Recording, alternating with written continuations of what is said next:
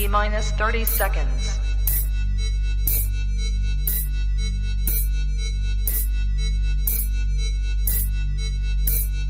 T minus 20 seconds.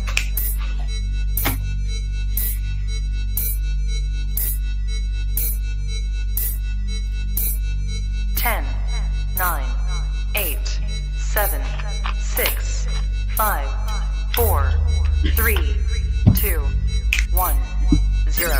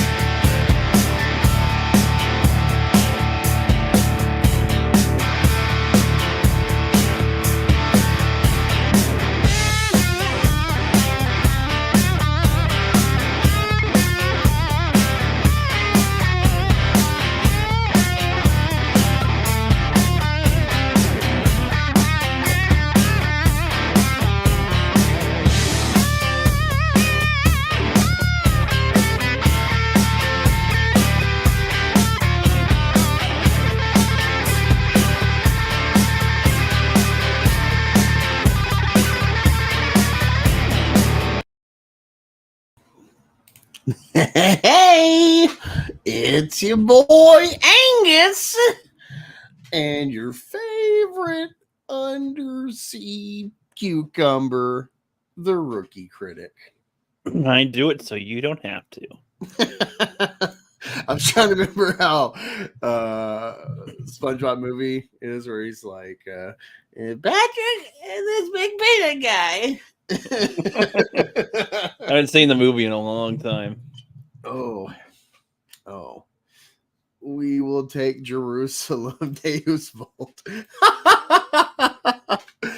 Yeah, I didn't have time to edit. I'm not good with the new version of Photoshop on the phone, like I was with the older one. So, didn't make the Angus, the actual bull, a what do you call it? Palestinian. But I figured the name would be a fun little change up, maybe catch your eye. Thank you for joining us, Stony McInternet Douche. And we could have used the ginger cow from South Park. See, you should have said these things because I was brainstorming the all Palestinian beef. I didn't think about that until just now. I'm like, oh yeah, South Park did the hello episode and the ginger Karen. cow. How dare you, Karen? Silly woman. Oh yeah. You got a Karen alert. Shut up, silly woman. Welcome. They gotta get their hands off my butt. Trump one should be her like text tone from somebody. Like, just shut up. Yeah, silly woman. but I got a late one. And I had other things to take care of. Namely, let me make myself solo. Angus solo. And voila, I'm in a different room now. It's brighter. It's more beautiful. And I got a new lady behind me. Show you this bad girl. Ayla Sakura from NYC Sculptures. And she lights up, as you see. I love it. It's beautiful. Love Felucia. Wish we had more Felucia content.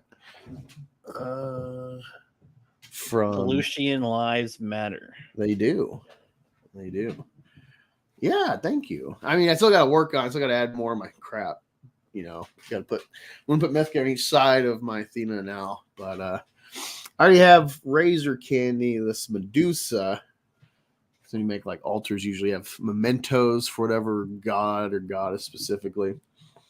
So that's why I figured like, let me get razor candy with her Medusa print. And then it's like, well, I got this cool poster calendar for her from last year, and her elf works great with the room. So I'm like, I'll run with it. And I got a new poster calendar for next year. So yeah, fun stuff. Like it's brighter now. I can wear black all the time, like I like to, and not have to worry about it. Such a dark background, contrasting and blending in.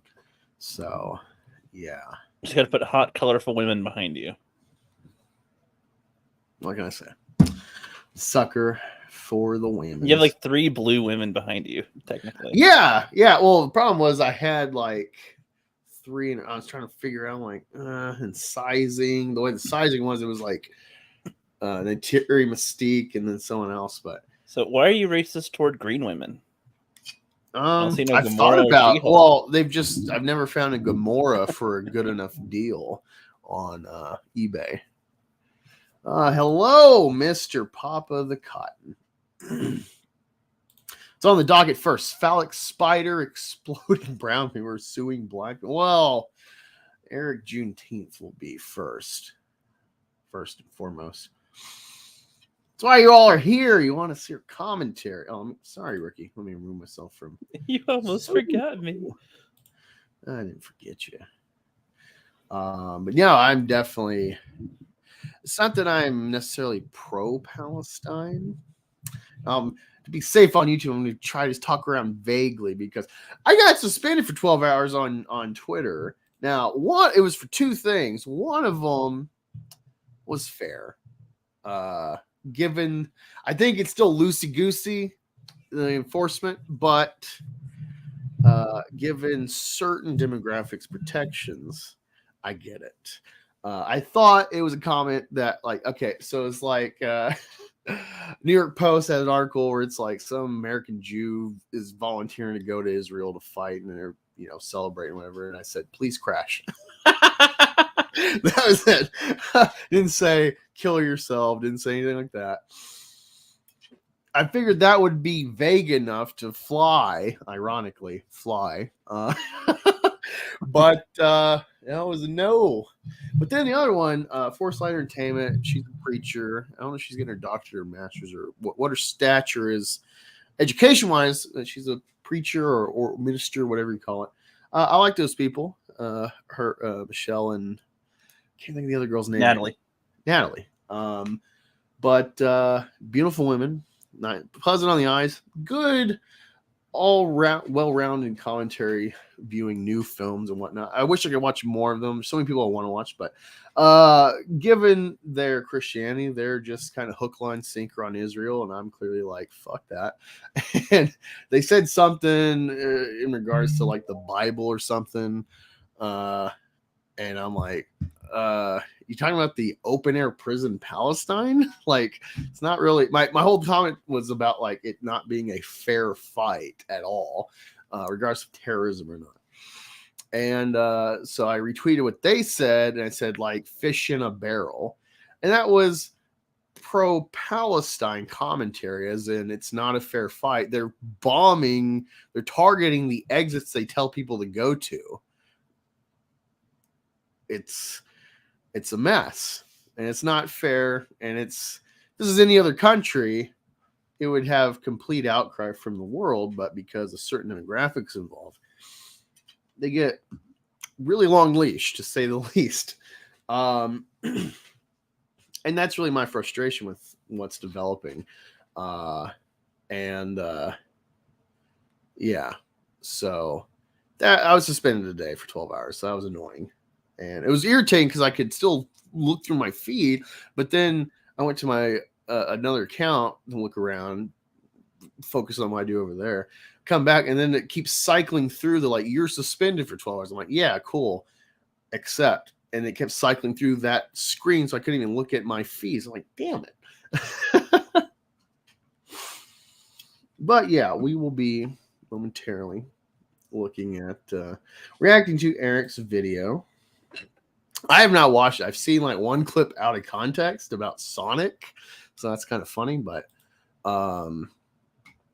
before that, I got some things to add. So if you want to support the channel, if you're new here, welcome. We fit 14K. Don't know if 1400. Appreciate it. That last stream definitely helped the watch time, but still halfway to getting monetized or under. So appreciate y'all watching. Definitely share the link out, and consider supporting the channel with the GoFundMe link in the description. Anything I make is just going to go towards helping make Methgator reality. So appreciate that. And yeah, welcome again, Papa Cotton. Sony says, I hate both sides. I think we should just glass the region. Well, the senator from Tatooine, Al Umanari, would not agree. Although he does love the Glassworkers Union of Tatooine. So there would be a benefit with more glass. Rookie, what's been going on with you? You've been doing this physical media on a digital platform. That's true. I am one of the new co-hosts on the Physical Media Show, hosted by Fanscene, and along with Tom Connors from Midnight's Edge After Dark.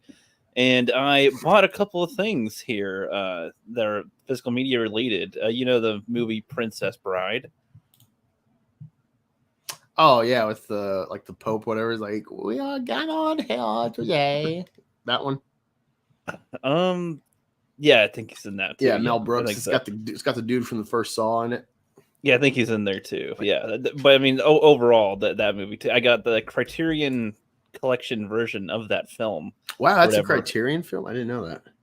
Yeah, I guess it is, and apparently there's not. Like, that's a smaller number. Like, they really try to reserve that for, like, you know, really specific films. And yeah. the style of the case was like a book, sort of. And it had like a whole bunch of pictures from the like actual Princess Bride book, and the commentary in it is like talking about the film in certain ways, just from pages. It's like 30 pages of commentary on the movie, and it came with like a Blu-ray and 4K version of the disc and whatnot. So yeah, it was nice little purchase there. But then I also made a flub, Angus. I made a flub. As I was adding things to my cart on Amazon, I accidentally put the same thing in there twice. And so I bought two of the same thing. And I'm like, no, fuck. They apparently think that that's like a very common thing that happens when you start buying physical media stuff. But yeah, I'm trying to get an actually good DVD collection in Blu-ray and whatnot, Angus. I'm trying to, because I have a very piss poor amount, as you know. But but it's now getting there. It is getting there. Nice. Anything else? Yeah, on my channel throughout October, every other day is a post basically from my first time watching some movies. I watched The Blob. That's up there. now.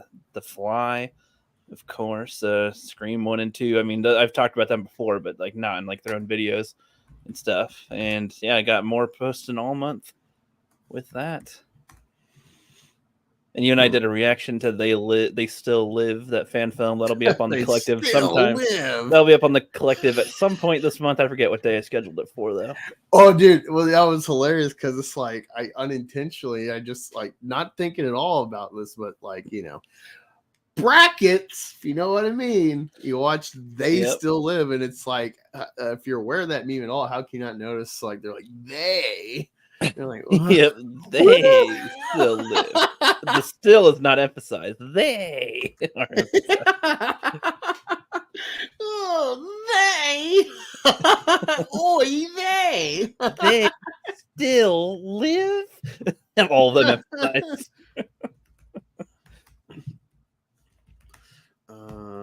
Almost done. Adding tags. Cotton's in the chat again, as well as my sketchbook. What's up, guys? Sketchbook. What's up? Finally read parts of Isom. Oh shit, is it bad? Dick was right and nice. He missed a shit ton of stuff. Interesting. Before I forget, we might be doing a little character thing. I might get like a terrorist wrapping face cover since I'm brown, and then Rookie, because he's white, he can easily just say he's Jewish, so he can be Jew-free. He'll get like a yarmulke and the little curls on his head. It's an idea. Let me know what you think. I can't. I have to work on my Jewish accent. The only thing I can say is stereotyping Jews is terrible. Terrible. That's the only thing I can really say. Otherwise, I don't really get how to do that. I saw this clip of Nick Fuentes reacting to Ben Shapiro reacting to Tucker Carlson. And it's funny because like he's a quick speaker, you know. Ben Shapiro, I can't ever imitate him. He's too fucking fast. But it's funny because he's got a certain vernacular, certain pace and flow of speech, but then it's like the mask is slipping when he's talking about Israel and all this stuff, and it's like, yeah, it's exactly what I've been saying. Where it's like I value Ben Shapiro's commentary and his like I really take to heart his oh, hello, Alexandria Ocasio-Cortez fat tit says jiggle jiggle Black Angus, jiggle to you too, Rookie. I appreciate that. Thank you. Yes. Hello, thank you. I do appreciate Except jiggles. her jiggles. But no, Ben Shapiro said there's this clip I saw on Shorts one time where he's talking about anyone can report the news. You're just reading an article. It takes effort and research to be an expert on something. He's like, if you want, read 10 books on a thing, become an expert. Don't just read the news. And that's kind of like that really just impresses on me. And so I'm not shy away from being critical of stuff like Geeks and Gamers and their impact on this sphere we're in, where everyone jumps at the thing to talk about and just read an article. There's value in that, especially when you got a long track record. You can see a history of this woke infraction, that woke. But it's like people, they just jump. And there's never really a deep immersion. And that's where people like someone like Valak Renegade has more value, where it's like this guy, especially like his takes not, he's doing a lot of research into it. Culture Casino, a lot of research. So I value those channels more, even if they might have been inspired by the first wave or two of Menace channels. But another little fun update is me and Rookie are huge Ahsoka fans. Specifically, Morgan Elsbeth. Morgan Elsbeth is queen. Rookie thought I was joking. I told the guy. I didn't believe that they had a toy. Yeah. I didn't believe they had an action figure of this thing. The Morgan Elsbeth. I was like, they didn't make a toy of that character. What are you talking What about? sucks, though, is that they're probably going to have a second figure with her flaming katana, her Night Sister magic katana. So I'll have to get a second Morgan Elsbeth. They might even do a third one with her belly cut. And it's like, well, arbitrarily that lightsaber swipe kills someone. Well, it's funny because like you also see in the show that the lightsaber swipe cuts a ship in half, like cuts a TIE fighter or something or whatever that attacks them. And it's like no, but stabs to the flesh. No. That's good. That's good. Seamus from Freedom Tunes is spot on with his impersonation. I'm not seeing that. Ben is Neo and don't mind sacrificing American lives for war. Neocon. Still haven't seen Ahsoka. Good idea. Probably. I don't know. I love Star Wars. Even though, as I said many times, I've gotten to the point where it's like I've been open to Star Wars. Still am. I'm still gonna watch anything they put out and critique it, comment on it. But I am pretty much completely set now. Where anything that comes out, I just put it in secondary canon, where it's like there is George Lucas Star Wars from episode 4 to Clone Wars season 6. And then there's Disney Star Wars. That includes season 7, where it's like the last 4 episodes of season 7 are really cool. Siege of Mandalore, Ahsoka, Maul, cool stuff. But Bad Batch was a fucking waste of time. Ahsoka with the POC girls is just like, why are we here? It's a waste of time. But they really hit the landing with that last 4 episodes. And Mando season 1 and 2, really good. Season 3, the shit everyone complained about is what I loved, was the Republic indoctrination camp for the former Empire Doctor. I thought that was very interesting. I love the idea of dirtying up the Empire, of the rebels, the New Republic, and showing that they are not as good, especially when you take the context. Until we get deeper into Andor, man. That's all it is dirtying up the rebels. Yeah. Well, I mean, if you did, apparently that's a big complaint of people. It's like, I don't know how you wouldn't have got that from Rogue One to start with. That, like, you know, Andor has to kill an informant to save his own ass and not risk leaks and shit for their mission for the greater good. This is a reality. You know, I believe FDR allowed Pearl Harbor to happen. Is that evil? Yeah. But was it a greater good for America, for the world, to fight the Japanese and the Germans? I think that's an argument that lends itself to yes. But the men sacrificed mostly were through the draft, probably. So that has its own culpability. So it's like, that's why Game of Thrones is great. Because it's like, how do you lead? What's the right way to do it? Someone's getting screwed any way you lead. So I like that stuff. But anyway, last comment before we get into the July video. Disney Star Wars is nothing short of forced blasphemy. Disney is to Star Wars as leukemia is to an infant. Interesting take. All right, let's. No, not settings. Present. For some reason that makes me think of Hellboy 2, and it's like, I'm not a baby, I'm a tumor. Hellboy 2? Yeah. All right, let's get through this. Save up to 25% on more than 300 floors. I'm going to.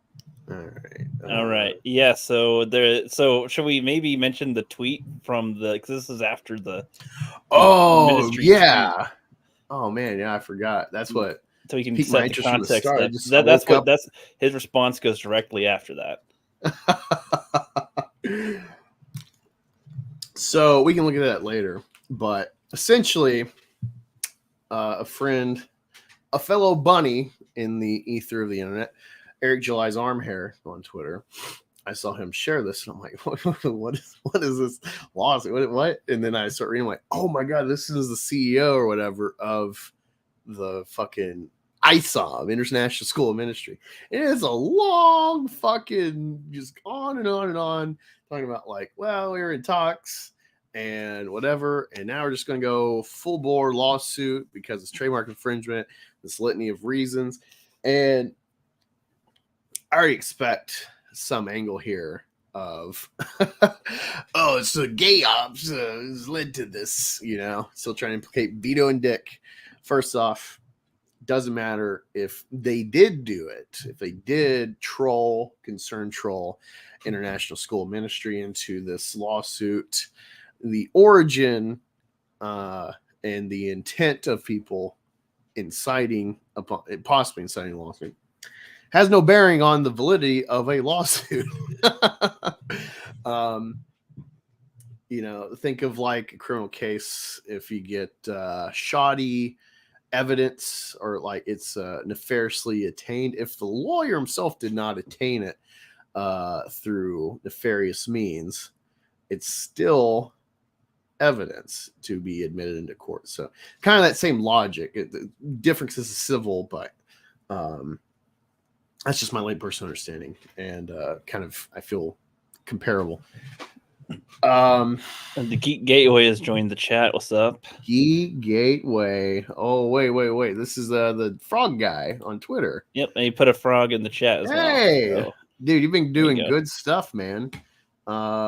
It's hilarious that you get DMCA'd for, you're like Bill Belichick. I don't know if you watch football, Geek Getaway, but Bill Belichick, stuff like when they played the Ravens and they had some crazy play. The next year they changed the rules where that kind of play couldn't happen again. He's like, well, I'm always trying to bend the rules to my favor. If I can get away with it, if it's legal, I'm going to do it. Same idea in this sphere. You even said it, where it's like, hey, I went up to the line. I didn't cross it, though. Didn't cross it. Good stuff. Is Rippaverse starting to understand he's not that intelligent? Gay ops did lead to this. However, the suit is happening now and out of the opera's hands. Yeah, so I don't think Dick and Vito did it. Especially Vito, he would take credit for it. He'd be like, ha, look what I did. He's, it's the Rumble thing with Nick Fuentes.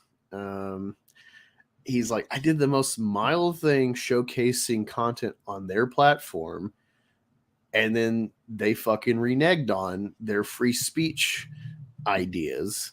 He's like, but everyone's mad at me. They should be mad at Rumble. So like, Vito wants to take credit. Well, it's like he also said the cuties things, and he's been labeled Vito the pedo ever since.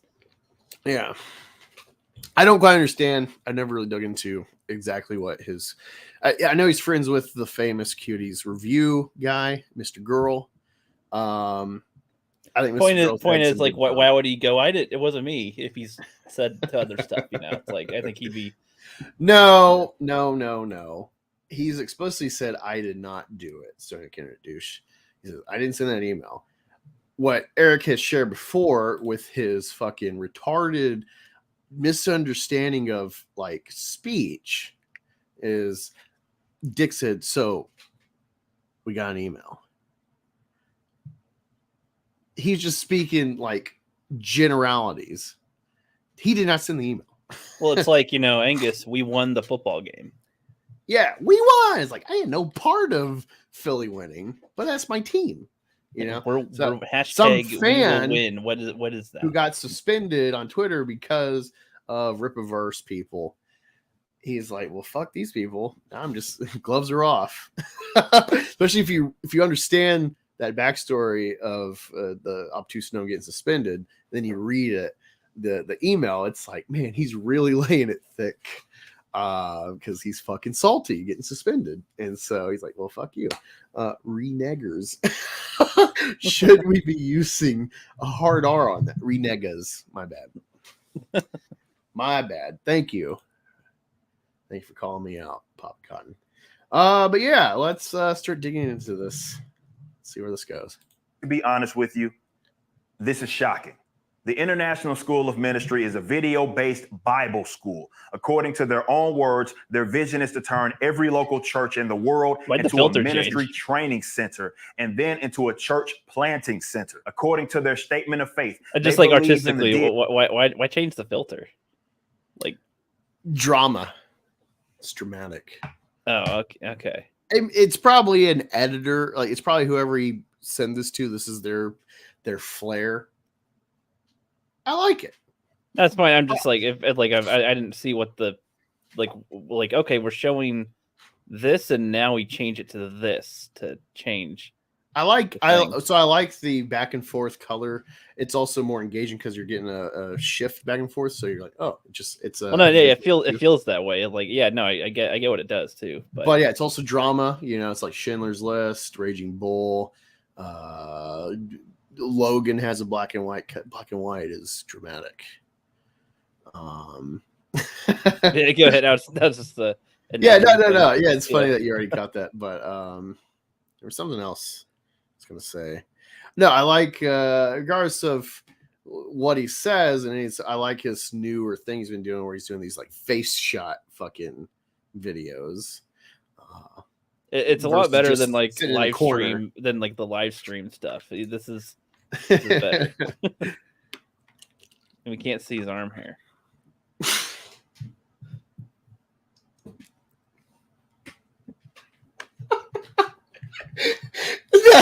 That's your concern.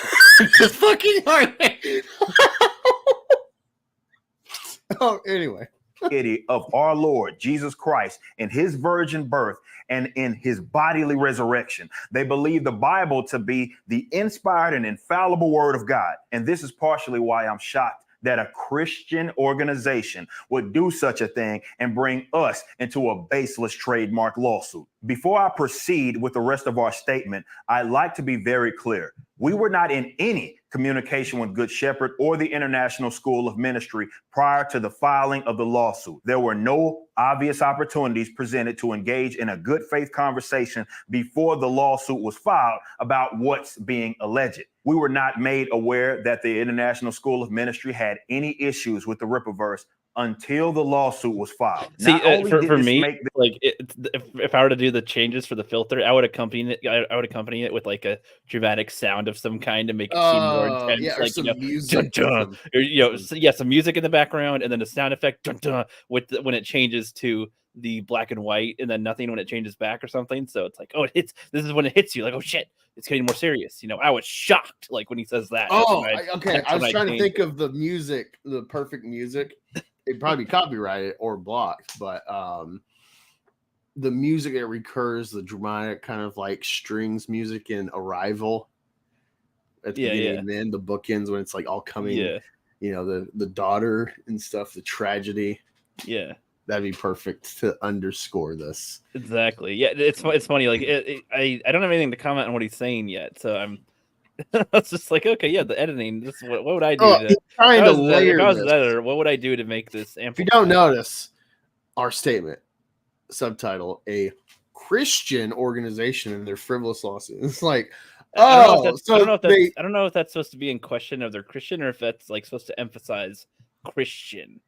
No. He's saying, quote unquote, they're Christian, but they're doing a lawsuit. So how Christian is that? And it's like he does go into why he sort of says that. He doesn't say that specifically, but I mean, what he says sort of explains why he puts it in quotes, I think. Yeah. Like Karen says, does he still have his arm hair? Yeah, Riley did not get to his arm hair yet. So yet. Still open.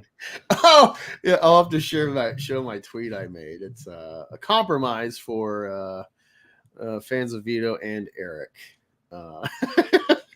Anyway, this ordeal public, but it was also news to us. So if anybody alleges that Good Shepherd just wanted to get clarification, we find that filing a lawsuit is an interesting way to go about it. Despite I guess adding music to this we and still sound had effects wouldn't be good because they're trying to make a serious statement and stuff. So, I mean, never mind. I don't know. I think the CEO should do a response to this response, and then just underneath it's like, bum bum, dun, dun, dun, dun, dun. We're gonna get you now. God sent us down to heaven and hell. I love that one part with like the flute. Do, do, do, do, do, do, do. Anyway, problems entering into a good faith discussion with the International School of Ministry. If the main issue was centered around assuring there was distinction between the Rippaverse and the International School of Ministry, we were open to negotiations. We disagree that anyone would truly confuse a ministry and a comic book company or comic book character, but we were certainly open to hearing and addressing real concerns. We had some settlement discussions, and we thought that we were on track to finding a mutually beneficial solution. But we were blindsided when the International School of Ministry, a nonprofit, demanded profit from our company to be a part of the negotiation. And they wanted this to be... Wait. I gotta... So that's why I think he puts Christian in quotations, because they're demanding money for this. Well... but they're a nonprofit as well. Right. So he's trying to angle this to win you to side. Clearly, and I don't think that's bad on his part. So that's not a neg. That's just how I'm interpreting this. I don't know if they're necessarily a charity, but they're nonprofit. So it's like if you're paying them for their services, if you have to like pay in for credentialing, I'm not sure exactly what the school ministry does. I'm assuming they help you become a preacher or get you registered. Why don't you starting a church? Register for it, Angus? No. Become a registered priest of Isom.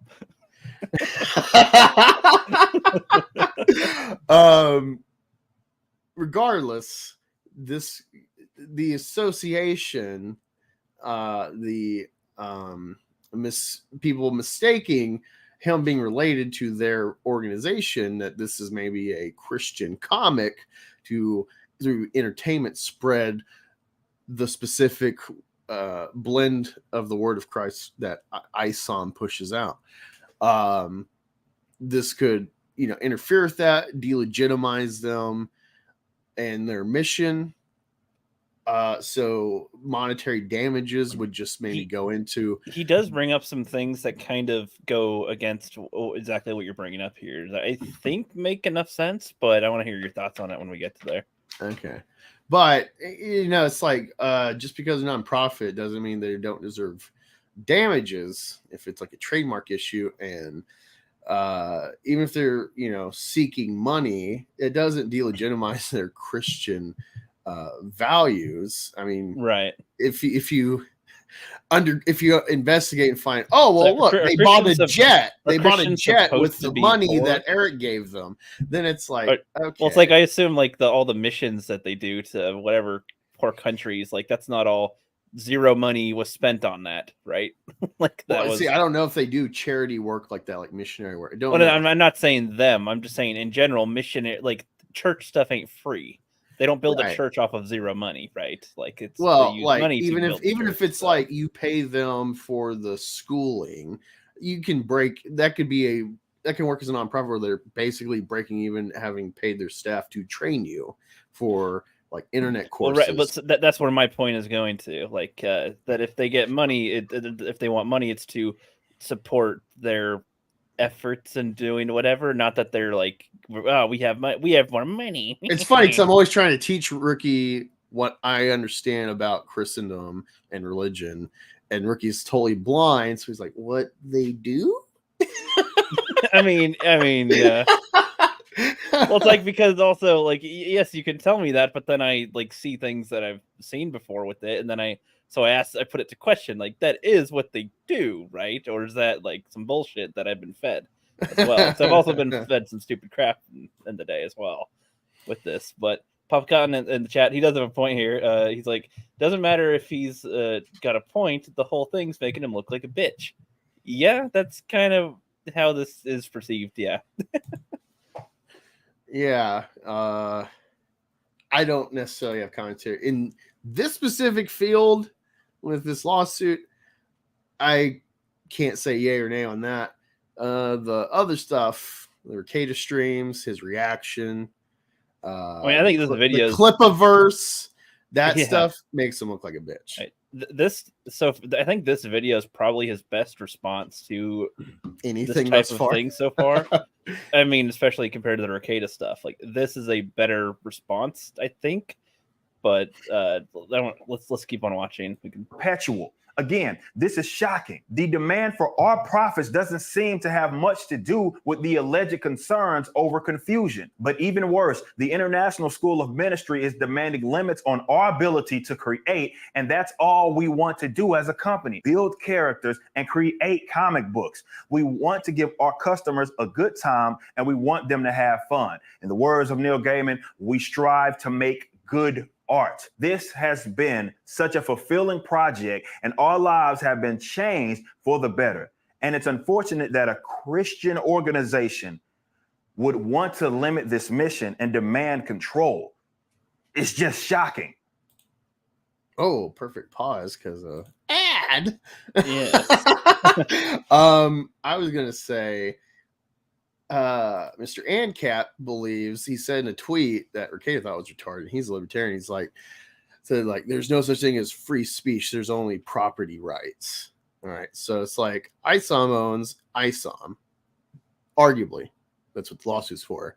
And so regardless of being Christian, with your own worldview of property being the only thing that matters in law, ultimately, you arguably are infringing on their property, and so they deserve damages. So it doesn't matter the mission of the organization. You have wronged them, and so you owe them money. You owe them damages in some form. So this is the argument. Using your logic of property rights as the end-all be-all of law, as an ANCAP libertarian. I mean, I would still say that. I mean, you kind of set yourself up for that one. But I mean, I'd still say the fact that it's a comic book character compared to a video organization, like the infringing is very minor at best. Is what I think the infringement is, from what I've read from that tweet, is people are misappropriating their association, and so they're seeing Isom as a work in line with isom.org, and it's not. And so if they go and see Eric and they think he's an extension of Isom, then he's saying like gay ops, Patna, it makes me happy to see the smiles on my workers' faces, but it's kind of gay actually, and shit like that, and probably saying goddamn and stuff on streams and stuff. Well, I mean, some people confuse the Amazing Bulk for the Amazing Hulk, What is the Amazing Bulk? That is a ripoff of the Amazing Hulk or the Incredible Hulk, Yeah, but that would fit under parody and satire. So that already falls. But people have been confused. Grandmas have bought them the wrong thing because that just goes into stupidity, where it's like, but that's where I feel like they would still be protected because of parody and satire. It's very easy to argue that. But it's like, why would people be confused by like a channel called Young Rippa posts like Isom content? Right. Why would they think that Young Rippa is belonging to their Isom organization? Well, the name creates confusion. That's really the argument. And then his personality and the things he says, the fights he gets in, arguably being mistaken as an extension of isom.org, does not look good for their Christian ministry. I suppose, but I still just don't see it coming. They really want to shut him down. Right. Or at least make him have to completely rebrand so there's no confusion. Yeah, but I just don't know if that would still work. I mean, that's why I assume they'd have to, figure this out legally, of course. But right. Well, I think that's what the argument is. I'm not saying. Yeah, I don't think. I'm not saying is it legit or not. I don't know. We'll find out. No, I know. Yeah. But not the video, but the lawsuit. But I think that is the end-all be-all argument of the case. And I would say, just watching the stuff online, it's like, I can see how this could be misconstrued by outside parties that don't really know, or they only know like Isom. They're totally unaware of this indie, comic skate, parallel economy, conservative, whatever sphere. I guess I don't know enough about the International School of Ministry to assume what their customer base is like. I guess like. Well, I would assume they're weirdos. Like when I worked at the video store and I'm talking to this guy, and he's like, "Oh, I'm into editing too. I edit Disney movies, so they're safe for my kids." I'm like, "What? Oh, right." What the fuck?" Like, I mean, they're kids. They're already safe for I your took the kids. lesbian What couple the- out of Finding Dory. You're welcome. Well, they weren't even lesbian. Well, I know, but that's what they would tell you, though. That's It's what they like, would say. I mean, two moms that aren't a couple could. Yeah, but do you think your friend an would say aquarium. they're two women that are not gay? I think he would assume they're gay and then just take them out. Yeah, it's weird shit like where it's just like. But so my point is, like, you know, I don't know what type of people they would be to where they'd confuse the comic with, like, when they get Isom material from their School of Ministry stuff, like what do they typically get? And then do they see Isom that's like a superhero? I feel like that would be far Well, out of superhero what with they, the cross on his crotch. That's the other thing. yeah, I is guess, but I don't think we that, have no but that's not, explanation thus far of what. no, this but it's cross like is no. about. Is But this like a Christian character? But I would just say, but I'd say even if he is a Christian character, that shouldn't necessarily matter because That's does just the does layer. the- I'm saying does that's the international a layer school. of, He you know, brings all right, he, the he brings name- no, let me name finish my already sentence. No, let me crosses. finish my sentence. No, let me finish my sentence. So like he brings this up later too, where like, you know, they don't own the cross essentially. Like his character could be Christian and named Isom and not an infringement on their thing. Sure. I'm just saying this is layering the argument Right. for them. I guess they want to do this in front of a jury. That would be very interesting to have a. I hope it's an- televised or we can get footage of that. like an unbiased jury that has never heard of either Isom, and then is presented with both Isom at once. I would love to see the Like, jury, picking the jury, both lawyers going through the jury candidates because they get so many vetoes to Yeah. fuck that guy. Nope. mhm. So the isom.org is going to try to get every older, probably Republican Christian white man on the stand. It'd be very much like I was going to say, shouldn't they not? Kill. Shouldn't they not get any Christians or Republicans on the stands because they'd be biased in some way toward either of them? Or No. I'm saying when you're picking a jury, you're trying to rig it in your favor. You're trying to get people that right, but I thought that typecast in your favor for your verdict that you're seeking. But I assume that the court makes it so that it's more balanced and unbiased. Well, no, the court just draws fucking random citizens' names, and then the lawyers are going through them, questioning each person. I'm not sure if it's time limited or what the range is of how many days they get to go through the candidates and start. Nope. Yeah, we'll take that. And then settling on jury, it's going to be mixed. There's going to be people that seem to be favor either way, and then they actually have to witness the questioning and stuff back and forth. So I thought that kind of thing makes it an unfair jury at that point. Well, if it's jury, I'm assuming it's just like you see criminal stuff where it's the whole draft essentially of jurors.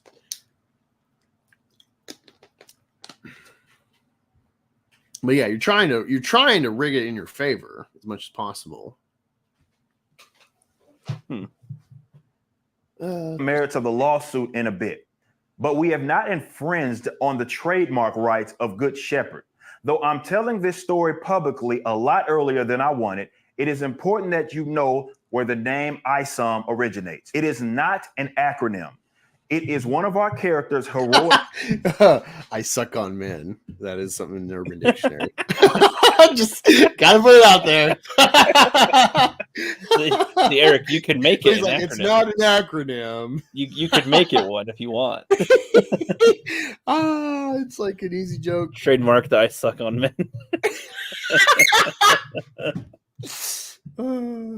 Well, that could be a multiverse story. Eric might have to change up his multiverse views a bit. Let's continue.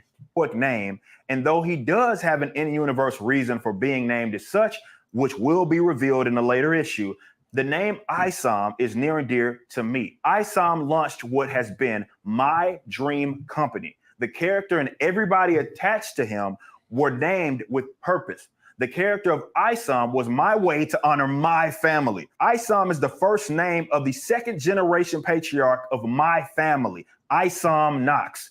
He was born in 1851 in Arkansas. He's my great-great-great-grandfather. In the Rippaverse, Isom's real name is Avery Silman, and his last name is based on Isom's wife name, Mary Jane Silman, my great-great-great-grandmother. His first name, Avery, is based on my great-grandfather, Avery Knox. Oh my God. That's where that's from. No. I saw a meme. Someone took Avery Knox's picture and put it next to Hitler. Oh no! You look at the way under the nose looks like a mustache. I don't know if it is or if it's supposed to be shading. Right. But, unfortunate imagery there. Right. Probably did not want it associated, but that's what happens these days. What's up, Tina Bojan? It's funny to see it like make sense now. Like, what? Oh, now I see. I'm like, oh, poop. Like, right. Bojan is in the chat. What's up? Oh, hello, Tina Bojan. We're having us a good time over here, unfortunately. Oh yeah. But yeah, he just gone through. This is the origin of his Isom. He's explaining some of the origins of names for his characters. Right. Was born in 1897 and is Isom's grandson. So this character's first, last, and hero name are all based on real people that are my family members.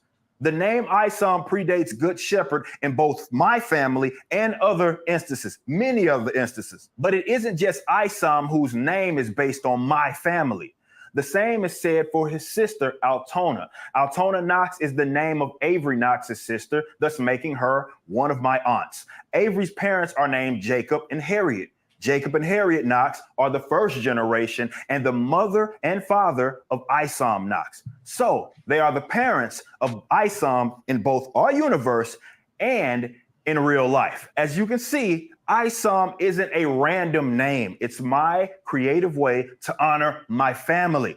Again, it is unfortunate that Good Shepherd takes exception to this. The sad part of this situation is that Dr. Gilfillan, Good Shepherd's founder, personally asked me to explain this when I met with him. And I did.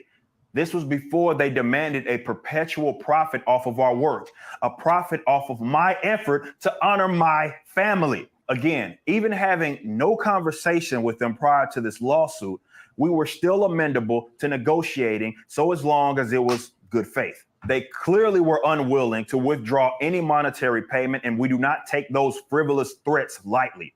But let's talk about the trademark. Now, a trademark is connected to specific goods sold under the mark. That's what I think he's saying, that they want money, so it's frivolous. Okay. Well, he said frivolous threats. I didn't know if that was implying there's more.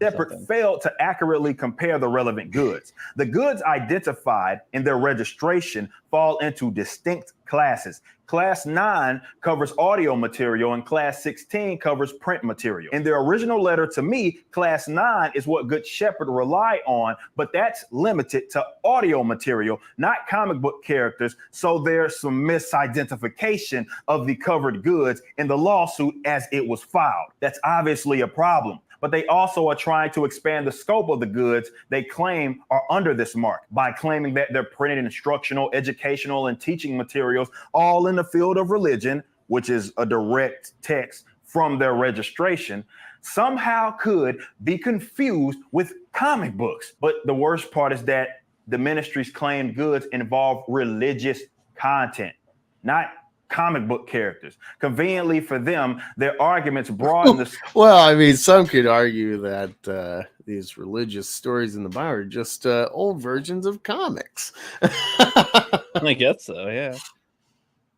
You know, mythology and so that's of course. I think of Greek stuff mostly for the old superheroes, practically. But yeah, so it's like, well, That's all loosey goosey. Samson, Because I mean, whatever, there superpower. is like illustrated versions of the Bible. There's comic people make Jesus comics and stuff. So Jesus, he's gonna kick some ass today. I'm just thinking of like Birdman, like the announcer was like Jesus. What? Scope of the goods that they claimed with the trademark office. We do not sell audio or electronic books. We do not sell print material centered around religious instructional content. Our industry is dominated by physical copies, and that's all we currently sell. But Good Shepherd is claiming that we sell many of the same types of goods, and that's nonsense. They're relying on the fact that our character has a cross on his belt. Good Shepherd does not own the rights to the use of a cross symbol. On top of that, claiming that there is overlap in the target market is flat out wrong. Good Shepherd identifies itself as the largest multi-denominational video-based Bible school in the world, targeting Christians who seek to obtain training to bring forth the word. This was stated by televangelist Marilyn Hickey, and it's on their website. We are a comic book company. We set out to entertain first and foremost. The Rippaverse is not a ministry, nor does anything that we do have faith-based instructional or training aspects. Maybe there will be some overlap if our business was like the International School of Ministry with Pastor MGM. Chris and Christ Embassy, or if we were the Illinois School of Ministry, or the Indiana School of Ministry, or the Islamic Society of Midwest. They all... Hey, what's that character? Islam? Islam. That's a joke I made. Now, what's silly about this is it would be frivolous, but someone might see this video and be like, hey, we can make a lawsuit because of the acronym. Like he's just advertising for more people to fucking do the same thing and waste his time and money. Possibly, but I feel like there'd have to be still more stronger grounds than that. No. I'm just saying, no. Yeah. Filing a lawsuit does not mean you're going to have a verdict in your favor. You can just be wasting your own time. Right. Oh, I see. What I'm saying, I got you. Right. Actual frivolous bringing problem. Okay, yeah, bringing problems to the door to go. I got to deal with you and turn you away. So a strategy, like if you watch The you. Rainmaker, I see what you mean. based on Grisham novel. He was a lawyer and I think Mississippi senator. He in the Rainmaker film, at least I don't know the book, but the film. One of the problems is, so Matt Damon plays a fucking fresh out of law school, makes his own practice, and he starts representing these people with insurance claims. And there's like this one kid, he's like dying and he's not getting covered by his insurance, where it's like, look, here's the paper. I have insurance. They should cover this shit. And I keep getting denied. And then he starts digging into it. And it's like this huge web of like purposely doing anything he can to like kick the can down the road and recycle and do dip, dodge, duck, and dodge, all these claims. So they're just ripping off their claimants, their customers. And one of the things they do is like they go to like a sit down. They got lawyers on both sides, him versus the squad of lawyers for the insurance company, and he's like trying to call on people to like start like depositions or whatever. And he's gone, he's been fired, this and that. So you can't get any like ground covered with anyone related to the organization. And so it's like all these stall tactics. Lawyers, especially for big companies, will do all these stall tactics. Disney, it will be great at this shit where it's like, oh, you might have or YouTube, whoever, big organizations, where it's like you're trying to sue them, but you're a little guy. You have these rights, but they're going to like just try to exhaust you financially, where you're just going to like give up on the case. Where you have a case, but you don't have the resources to fight them being criminal or at least civilly infringing in some way on or the will. Dispute. Your voice Zach. What? I said, or the will, like your boy Zach. Oh yeah, that bitch. That also makes me worry, just like him, totally unrelated, but him celebrating, like, oh, look, your boy Zach loves Isom. Here, look at this from his YouTube comment or whatever. And it's like, yeah, but like, do you want to be associated with that guy? He's a fucking bitch. You know, he skimped out and took the money from people backing him to at least lose a full effort case. So that's just bad. To me, that's just bad association. To willingly lose, he gave up. Yeah, he just gave up and settled out of court instead of just fighting it when people are paying your bill to fight it. Like, it's irritating. Luckily, I didn't fall for that. I fell for the first campaign though. Like, yeah, fuck, the mainstream screwing with the little guy. You know, he had everyone in his pocket. We could have paid millions to help that guy collectively, and he just gave up. Fuck that guy. Honestly, I hope Eric never associates with that guy in any meaningful way, because that's just bad juju. Yeah, so I saw a meme unrelated. Queers for Palestine, and then below it says chickens for KFC. Yeah, I've seen that. And it's like, yeah, you got a point, but we'll get to that later. Yeah, bye. Are specifically involved in faith and ministry. To our knowledge, there aren't any active trademark disputes between them and Good Shepherd. The Rippaverse, on the other hand, is not a religious organization. The individual religious beliefs of our employees and contractors are completely irrelevant to what we do. We have a public code of ethics, and it says nothing about religion. But we are a for-profit business, and therefore we have profit to plunder. And that is what Good Shepherd has demanded.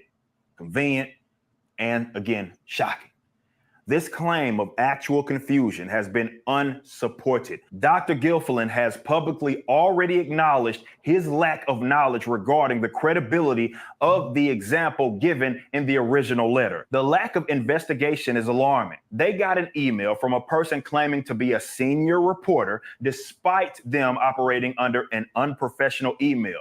Had they done their research, they would clearly see that this is just a disgruntled critic of mine. That led to Good Shepherd's alleged confusion and thus a frivolous lawsuit. In fact, every example of actual confusion that we've been provided by Good Shepherd were online internet trolls. By continuing on with this, they're actually incentivizing more trolls that will inevitably feign confusion or something else.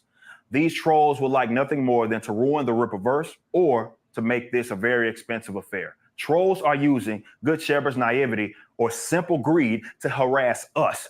It is unfortunate that Good Shepherd does not seem to understand this. And because they've not investigated prior claims of confusion, we cannot rely on the blanket assertions. We presented several ideas and were willing to make concessions. We believe our suggestions benefit both parties, but is this what was desired? We're not sure how profiting from our work perpetually accomplishes this.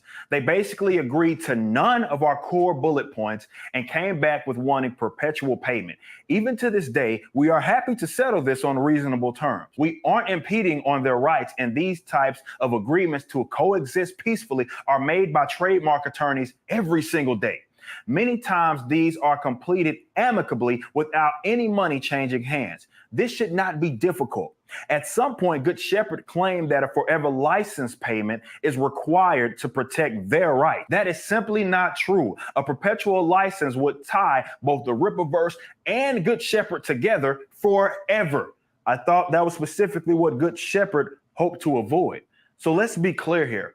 Number one, we went into negotiations and there was no indication they wanted profit off of our business. This was a subversive strategy, and it wasn't until after the initial negotiations did they want perpetual payments. We easily could have come up with an agreement where both parties coexist with no constant payment. This type of agreement is largely the norm. Number two, this whole thing was initiated due to trolling. Had they done their diligence, they would know they were relying on false reports to initiate this very conflict.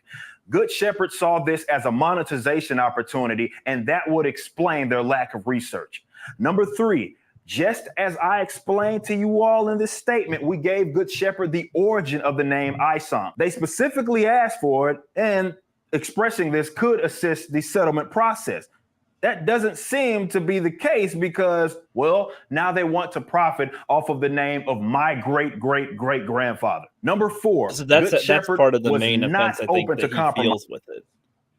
Yeah, that's what he's feeling with this, I guess. But Okay. I don't know if you had any thoughts on anything said in the last little bit there, or No, I'm just kind of taking this in. There's nothing for me to like. But that's just like I moment. assume that's why that's part of why he made the video even like now instead of not making a video at all for it. Like he's just like, yeah, that pisses me. They're trying to get my money, and it's like that. Okay, like I assume that's a that and them doing the like wanting to have the money after him fulfilling their request of knowing the origin of the name or whatever.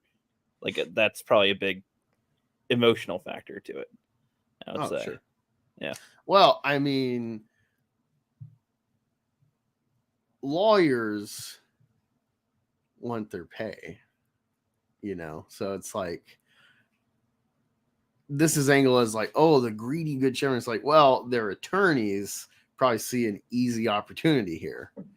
Probably experienced lawyers, and then also, I don't know the backing of Eric. He could clearly go fund me and probably get millions off of the fans, but I don't think whatever his reach is would compare to what sounds like inexhaustible. You know what? I want to see this. I want to see Isom create a campaign and see how much they can raise compared to Rippaverse for legal fund. I guess I don't know, but that'd just be funny. I guess like which pay who has more pay pigs who can well you bring Christ into it. I'm telling you, the church people are gonna, with being an international school of ministry, you tie like this guy 25 years doesn't want to eye for an eye. They have injured. So eye for an eye, if you don't know, is a simple term from the Bible, from the Old Testament. People take it to mean like revenge. You kill someone. You took my eye. I got to take your eye. Yeah. And it's the like House of Dragon rules, of course. Yes. So eye for an eye is this very simple kind of mantra meme of like legal. So the Jews, if you're reading the Old Testament, very legalistic. There's a reason why there's a trope, a stereotype of either Jews or Catholics being lawyers, because it's very legalistic religions, very in-depth rationale and arguments, logic, problems, etc. And there's 10 commandments, but there's all these like more distinct codes off of that initial 10 commandment template. And so like food, there's why you got all those kosher laws or halal, haram laws of the Islam, is all based off this stuff, this ideas of like, you can't eat that, you got to cook it this way, you got to kill the animal a certain way, bleed it this way, use the right kind of salt grain, your clothing, all these different factors of life are like, they have laws established. So I forgot exactly where I was going with that. It'll probably come to me again, but yeah. Oh, eye for an eye. But eye for an eye, so it's like if you kill my slave, there is a payment established where it's like, you do this, you owe this back to them. There is like a set. What it was, why this is written, is that if you like killed someone, the offended party could not gouge you for more than the worth of the offense. That's what eye for an eye means. It means equal payment for an infraction. Right. Not you kill, I kill. It's okay. You killed now. Yeah. You owe me money. It sounds very bloodthirsty, but it's actually like a civilized concept. Right. They lauded greater demands as negotiations went on. This seems to create more conflict rather than resolve it. To the audience, think about this. Sonic is the name of a fast food company, and it was founded long before even my own mother was alive. As indicated in their name and slogan, they were about fast service. They, of course, became known for items like the chili cheese coney. Sonic is also the name of a video game hedgehog that runs extremely fast. Ironically, he is also known for eating chili dogs. Yet even the Sonic Corporation and Sega Sonic can coexist. They are in two completely different industries, and they both sell merchandise. That example, Eric, Sonic, the food franchise, could sue Sonic the Hedgehog Enterprise, whatever it's called, for that because it can create confusion. Oh, is Sonic eating Sonic conies? They could pursue that, but they probably respectively don't want the bad rapport of attacking each other. And it's like they can coexist. If anything, it's almost like a free advertisement for their chili dogs. Without having to pay for it. They would link up and be like, "Hey, actually, don't make those unbranded." They'd probably find reasons to partner with each other on different things, marketing different tactics or something. Yeah. So, all right, that's a bad example. Well, what do you think? What do you think would be an example that he's trying to get? What he's trying to aim for? What do you think would be another one that he's trying to get at, like to show this for something else that exists currently? I feel like technically that's a good example, but that is very the more on there. If the recurring thing, fast food and a fast, he's relying on these are two separate, but then he brings up a very specific association that could create confusion, where it's like this actually could be a lawsuit that would be legitimate. Well, you're right. It's like there might have been confusion, but they just didn't pursue with lawsuits. The fact that he even mentions it sounds like there's probably Reddit boards of like, I wonder if Sonic would love to go to Sonic. So I think I see your point, where like people can try to make claims or attempt to do some of the things, and they might often fail, but there's technically a reason to initiate something rather than literally from nothing. Yeah, especially I think Isom's headquartered in California. So if I'm not mistaken, this is like interstate dispute. So this could get really pricey. I was talking about the law with the Rainmaker, where it's like they can just try to exhaust you legally, where it's like they are guilty, but you can't afford to fight them. So it's like I don't know what the coffer of Eric is. He's made $6 million. But how much has he spent on staff, on warehouses? Will he want to move past this and just give in? Since okay, fuck it, fine. I'll change the name of Isom, and you can fuck off. And then okay, fine, yeah, good.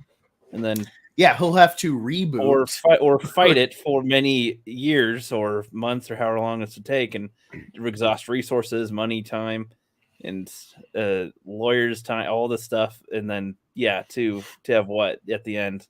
Will it really bounce your company up or decline it? Essentially, like what would happen? I just saw this comment. Remembering it's no Jewish science in your body. What do you mean? There may always be confusion. However, if it requires you to be brain damaged to mix up the two things, you don't really have a case. I don't know. I stand by. I think Sonic could sue Sega for Sonic's hot dogs. Angus is saying it doesn't mean that they would win, but they'd have a reason. They'd have a good enough reason to try. And if the lawyers aren't very good, get turned out in their judge favor. Looks at that like, well, yep, you're guilty. Like with the right, it's the kind of thing where if it all lines up enough, that might win. I do see. That's the other thing. I see what you mean, because how good can your lawyers argue to appeal to the judge's legal expertise? Because that is part of it. There's the art of being a lawyer. It's like it's not necessarily if you're right, but how you say it. I was about to say it's like exactly like the people. There's a lot of shows. There's so many court things that are around that are like, dude, they're this guy is clearly guilty, but the lawyer is so good at making it seem like they're not guilty. Legal language is really very interesting. I was in a philosophy of law class or something regarding this, and the teacher showed us this one clause in Ohio law about. So essentially, this couple were trying to have a kid. And they're doing in vitro fertilization. I don't know if it was like foreign sperm or not. I think it was. And at some point they divorce, but she gets pregnant before it's like finalized or whatever. So ostensibly it's his kid. All right. Now the family of the wife, is giving money to the woman. All right. And so like child support comes up and he argues, well, like they give her so much money. So this should be part of the total income of both parties added up and then split to figure out what percentage each side owes for child support, or how much the guy has to pay. For whatever reason, even though it's pretty black and white in the wording that, clearly this money being funded to the ex-wife from the family would count. But there's some sort of loophole they pulled with interpreting the language of the law, where it's like, yeah, you got to pay it all, buddy. And it's almost like being a detective trying to like piece together from like a literal breadcrumb to figure. No, this led me to Texas. This led me to Florida. There's a Mr. Ballin did a great covering thing. And there's like at some point there was like some floods or something going around, and this one guy was able to catch a shark. And he like put it in a tank thing and a little aquarium, and it was doing okay for a little bit. I mean, of course, it was kind of sick already, and it puked up an arm. And they eventually found this was like super key to leading them to find the death of somebody and who did it and whatever. Like it was a small breadcrumb though, and whatever. So I see lawyers can sort of be like that in terms of like positioning for or against something, I guess. Yeah, no, that's the thing is like it's a lot of lawyers work in case law for their respective fields. So it's a lot of like finding precedential cases to relate and be like, well, in this versus that, this finding happened because of this bit of evidence or this law. And so this case is key to this specific argument.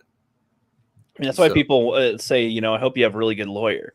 Like, because if you don't, like, let's say that, if the, like a lot of the Rippa fans are thinking, this is an easy peasy piece of cake. There's nothing they have here. Well, it's like, how good are your lawyers compared to their lawyers? Isom. How good are yours compared to theirs? That'll be the determining factor probably, because like you said, there's enough, even if it may seem obvious, there's enough to construe to be like where they have enough of a case to fight for it. And so if they can win, well, then there you go. Then I think that's how, now that you mention it, I think that's how a lot of things actually happen, and why trademarks are an interesting topic, because like even with the EVS CG thing, I mean, that was an easy enough thing to do because of proof of him like monetizing it first. But like, imagine if that wasn't there, like what would have to be the angling if it went to a court and stuff to prove an ownership under something, Yeah, let's finish this out. Brand of Sonic. Look, guys, we did everything in our power to resolve this. This could turn out to be a very expensive affair, and it's unfortunate that a Christian organization wants to go this route. We've assessed the risk, and even in the worst case scenario, it's still worth it. Organization, like specifying that it's a Christian. He's trying to shame them. Because like, I kind of agree with you where it's like, well, yeah, they could still want money, not for greedy purposes, but to, if there's an opportunity, there's this company that they think is, mooching off of them and their name, that's made over $6 million. Well, I think they could be arguing that like the confusion hurts us because his personality and the crowd, you can look at all these comments. I'll actually pull up the Bounty into Comics article that pretty much just copy and paste the tweet of the CEO. The comments very interesting, and I think they don't help EVS is talking this, or the EVS account, whatever the fuck you want to call it. Right. The EVS, not EVS, right? Yeah. It's like these fucking fans are not helping Eric's case at all. Okay. But yeah, let's finish this. Us to fight like hell. This organization does not want me to use my own family name unless we pay them for the rest of our lives. We cannot simply agree to that, and it looks like we're taking this to court. I want to thank each and every one of our supporters for the continued support. The Rippaverse will keep rolling, and my legal team will be handling this. We're going to keep you updated, and to the people that despise me this much, you need to seek professional help. But there are dozens of livelihoods that depend on the success of the Rippaverse. We have employees and contractors that are working dream jobs in an industry they care so much about. I care a lot about them, and I'm highly appreciative of their work. In a world where so many people hate their jobs, the Rippaverse in an industry they care so much about. I care a lot about them, and I'm Who is this white bunny? Oh, she's one of the what's the country that people weren't happy that he was hiring them from? Russia? No. Lithuania? I don't remember. Sweden? I think she's the artist on the Saska Sisters era. I think they're writing the story, and I think she's drawing or doing the art on it. I think. I don't remember. I think it says, does it say in the captions there or no? It just says join me in a new adventure. No, I didn't see what it says. I don't have my glasses on. I can't see it. So. Highly appreciative of their work. In a world where so many people hate their jobs, the Rippaverse is a company that so many people cherish. I will do everything I can to protect that. It's not Joe Bennett. That's like the one guy I'm like, that is going to be good even if the story sucks. Joe Bennett. He's the artist that got canceled from Immortal Hulk because he had an infraction in like I think issue 9 where there's like a reverse because you're on the inside, so it's backwards. It's a jewelry store, and it's got like a Star of David, but it says jewelry instead of jewelry. Jewelry And everyone got triggered about that. And then the writer, Al Ewing, is SJW. He's really good writer for Immortal Hulk. He knows a lot of Hulk history, so it's a really good story. But he canceled fucking Joe Bennett because Bennett is a Bolsonaro fan, which is Brazilian Trump. And so he has this art of Bolsonaro and I guess some colleagues as like mythic fantasy, like swordsmen chasing out the rat enemy politicians. And rats are, personified in Nazi art as Jews, in a lot of their art. So I don't know if the actual opposition of Bolsonaro were a bunch of Jews, but the history of using rats as enemies, especially you're talking about liberals, they're going to jump at, Nazi, so it's like when they go, orcs are black people. It's like, wow, you guys just really connect things that aren't there. All right. Yeah, I love it. So he got canceled, and so I don't know what was going to happen to Joe Bennett. And then it's like, oh, he's working with Rippaverse. So I was like, that's a solid pick. That's like the one solid pickup. Chuck Dixon has blacklisted himself. I don't know why he left mainstream before, but like he's worked on like a QAnon book. He's worked with your boy Zach, so he's ostracized himself, if not being ostracized before like Trump, or I don't know his history of getting into the state of willing to work with QAnon and whatever. I think he works with like Box Day, so he's just out and out like alt-right or what, however you want to like deem him, meme the guy as the opposition to mainstream. I don't know, but Joe Bennett, solid pickup, still prime of his career versus Chuck Dixon's like fallen off in public view. Saska Sisters, they've done a little bit. They've done like core stuff, and then they did Black Widow. I think it got canceled. I don't know why. Movies too, but yeah. Mike Barron, I think he's the guy who did like Thin Blue Line comic about like border patrol or cops or whatever. So that's why I say Joe Bennett's like the one solid pickup that like is like legitimate in his prime still. I don't know about the other people. Chuck Dixon made Bane and did a lot of Nightwing, so he's got that history, but I don't know about his recent work if it's good or not. He's got a name to coast on, so that's my reservation. Don't know about Mike Barron. Don't know the quality of any of his stuff. Never read Mike Barron that I know of, so I'm not going to comment good or bad. But he's writing Gooding, the Polemuth, so I just don't expect that to be good. Hopefully, Gooding goes to the jewelry store. But no, I'll be a fair critic. You know, it's like Isom sucks, but it's like so bad it's hilarious. I'm enjoying it. I'll back Isom 3. No, I don't think Joe Bennett's Islamist. He's Brazilian, so I'd assume he's Catholic if he's anything. Yeah, he's just trying to dab on them for being bad Christians because they want money. Which is silly, because I mean, Jesus has a parable about money and how the bad servant didn't make his master any money, and so he's damned to hell. So it's a little confusing with like money and Christian, because like I mean, there's lots of allegories and stuff about like the poorest of the poor. You know, don't take any money when you're evangelizing, spreading the message of Christ. But I mean, but then there's like give to Caesar, and it's like, well, I need to make money to give to Caesar. So like, you can't just jump on one answer. You gotta look at the full context of the whole book. So, but yeah, I expect Bennett's work to be good, regardless if the story is good. He's just an artist, so we shall see. There's a tab. My family's life that was changed for the better. It was theirs too. We've worked too hard to allow this to derail our efforts. We're going to keep moving. It was really hard to. Well, there we go. It's like hard cut to months later, and we have stopped moving and changed the name. Going out of business. So. No, I want this to keep rolling. I want this. It's so fun to I want them to do. I want them to do well.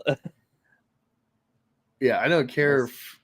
Keep making money. I'm gonna laugh at your stuff because it's bad so far. If it gets good, then I'll probably get bored of it. So I'm like, whatever. I wanted this to be bad. Now it's okay. This is just boring now. All right, well, we'll see. We'll see soon, you know. All right. But it is kind of funny, though, because it's like, does this, do you still wish that you made the last payment on the warehouse with this stuff coming up now or not? Still haven't get introduced. Now I am looking up Joe Bennett, the artist. All right. So he was born in Belém, Brazilian city capital, largest city of the state of Pará in the country's north. It's the gateway to the Amazon River. In the 90s, he used to publish horror comics for two major Brazilian horror comic magazines, Calafrio and Mestres do Terror. They're Portuguese, so it's Latin based, but it's not Spanish, so not sure on some of the pronunciations. In June 2018, he writer Al Ewing started the series Immortal Hulk. Immortal Hulk was a nominee for the Eisner Award in 2019. Continuing series. Earned Marvel Comics a Diamond Gem Award the previous year. In 2023, he announced Ben will be the artist for Chuck Dixon's Alpha Core for Rippaverse Comics. Controversy. Bennett caused controversy with a issue of the Immortal Hulk that depicted what was interpreted as anti-Semitic imagery. In 2018, political cartoonery surfaced in which the Brazilian presidential candidate Bolsonaro is allegorically depicted as an independence dragoon, member of a historical Brazilian military unit, fighting political opponents, including former presidents Luiz Silva and a couple others, in the shape of monstrous rats. Writer Al Ewing severed ties with Bennett Marvel announced he had been removed from his current assignments and was not on any future Marvel projects, so he's canceled, like Carano. So you see the angle to grab this guy. Aside from his actual good art, you see the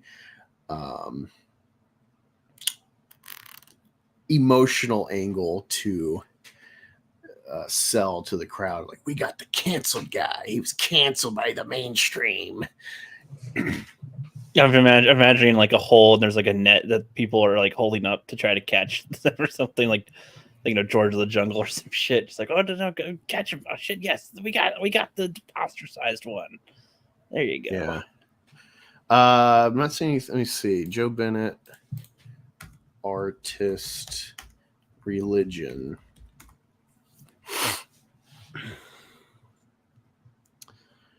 I'm not really seeing anything about religion. I'm just seeing all these articles about him getting canceled from Marvel. Sci-fi.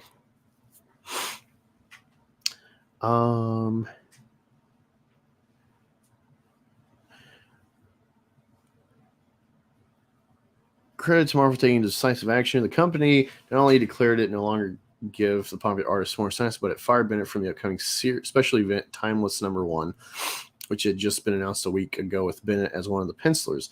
That con due out in December is expected to be an introduction to the future Marvel universe.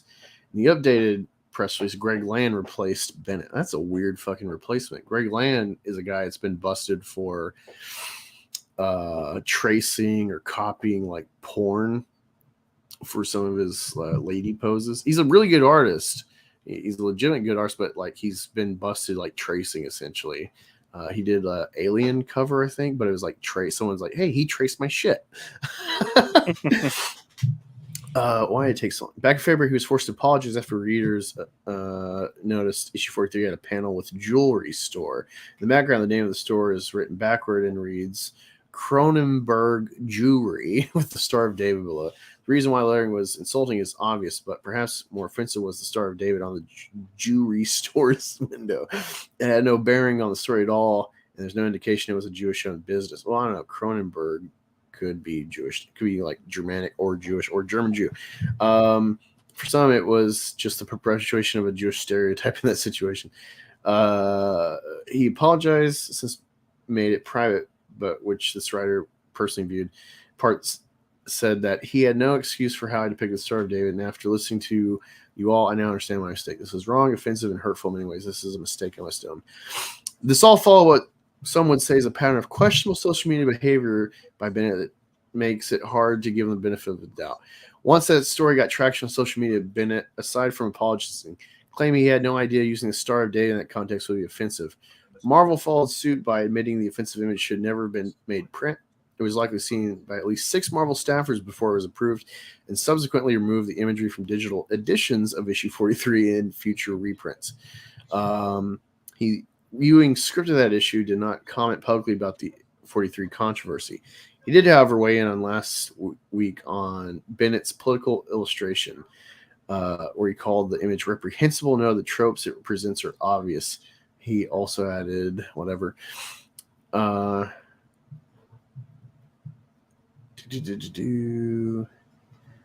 yeah, the Jews got mad about his art, so cancel. Oh yes. Let's see. The science thing was a reference to the previous halal food bet, if you remember it. The guy who did the jewelry piece was an Islamist. Mixing him up with someone else. Yeah, no, I don't know. If anything, I would expect him to be Catholic or, some sort of weird, like, South American, like, voodoo type thing, maybe. Santeria, some sort of tribalized mixed religion. Especially since he started, like, horror. There's a lot of weird stuff in South America, so. I don't know. I just would not expect him to be Islamist. But speaking of Islam, how about Palestine? That is a thing that is happening, yes.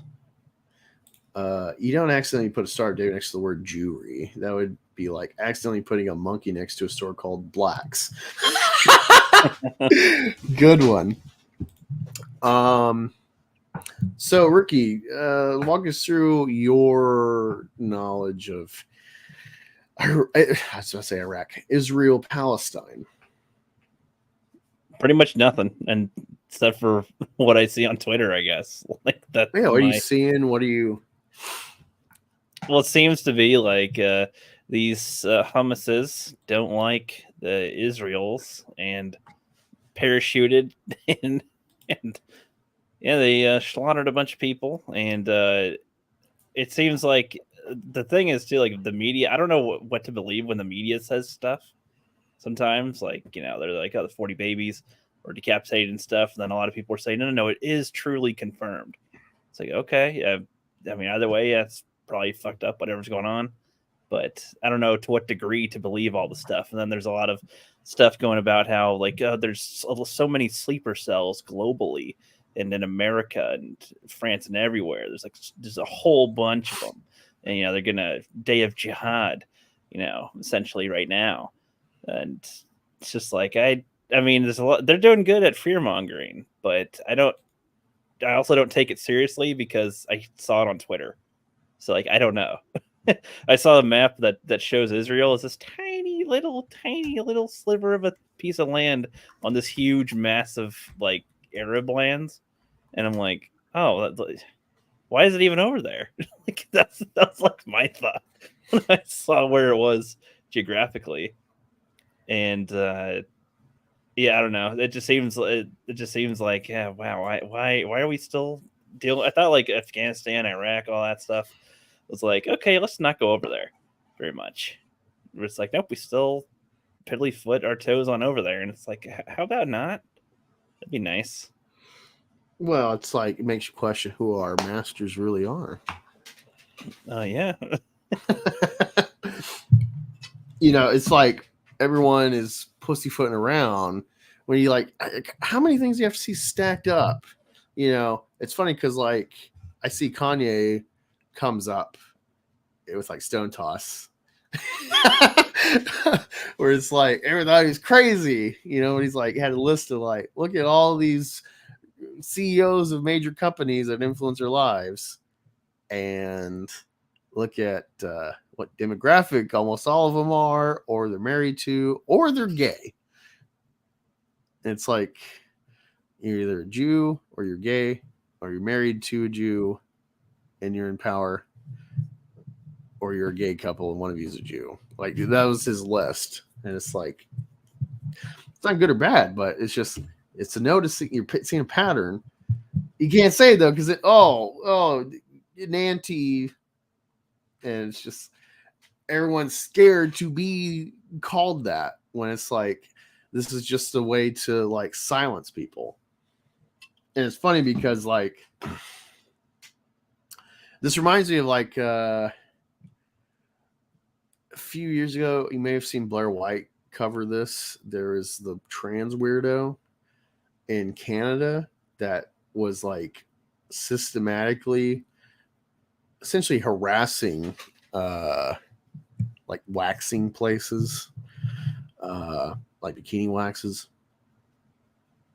to try to get her balls waxed by different, I don't know, technicians. I don't know what you would call them, but and like one of them that she sued was like the day she was trying to go, the only person on staff available was a Muslim. And it's like, well, I can't touch anyone's balls but my husband's because of my religion. And so it's like, this case would become, are you a transphobe or an Islamophobe? Because either side you pick, you're wrong somewhere with the diversity of today that we're all concerned with. And it didn't really take off like I thought it would, but now it's like, I think Elon shared a tweet where it's like Twitter is anti-Semitic or Twitter's Islamophobic. It's like, which button do you push? Right. Well, that's the thing too. Like I keep on seeing images or memes of like, the people that you're defending want to kill you. And there's been people that are for and against Palestine and Israel on Twitter on both sides. And I'm like, don't both of them want to not okay with America or something. Like I don't even know. Like, well, it's like Israel's our ally, but it's really they just ironically mooch off of us.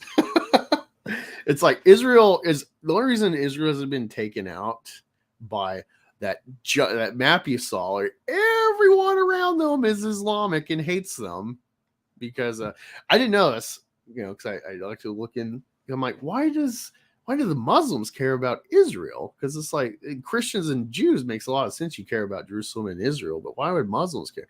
And I read, and it's like, oh, that's where Muhammad ascended or whatever. It's his like final resting place, or he ascended. I don't know. Still fuzzy, but that Muhammad was there, and it's a special point in time in his timeline. So, hence the importance. On top of the Dome of the Rock being there, which is, I'm assuming, a victory site mosque. So, all that, or just simply ancient aliens put it there when they left Earth. So it's important to all three cultures, all three religions. And on top of it being a stomping ground for like every empire that's went through there, Egypt, Babylon, Persia, I'm assuming Parthia, maybe Seleucid Empire, definitely Rome, Greece. So it's a major stomping ground to go. It's not really valuable in itself, but it's just like a route to get to places you want to go for conquest. So, yeah, but without America behind it, this place would already be taken out by the collective Muslims surrounding it. And yeah, it's just funny because like I'm learning more and more about the history.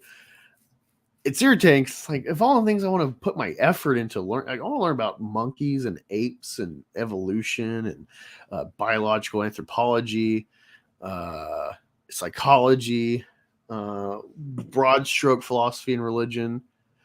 But now this thing's popping off. There's a meme going around. Everyone's saying it's like, I saw a white guy in an army ad. We're going to war. It's like, I saw a Border Patrol commercial for the first time ever, like an ad on Twitter. Like, I don't think that they've ever shown a Border Patrol ad before, ever, on Twitter, and now they did. Huh? Oh, interesting. Yeah, but no, it's very interesting because it seems that even Iraq, that war, has ties to Israel, and Netanyahu, who I guess has off and on been the president or prime minister of that country. Apparently he's got some sort of prosecution against him, trying to oust him.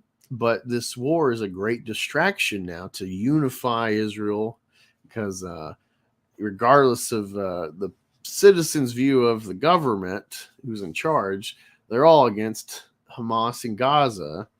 And so everyone's forgetting about the domestic issues and focused on that. But, and so like I've always heard about the Gaza Strip, but I've never really understood it.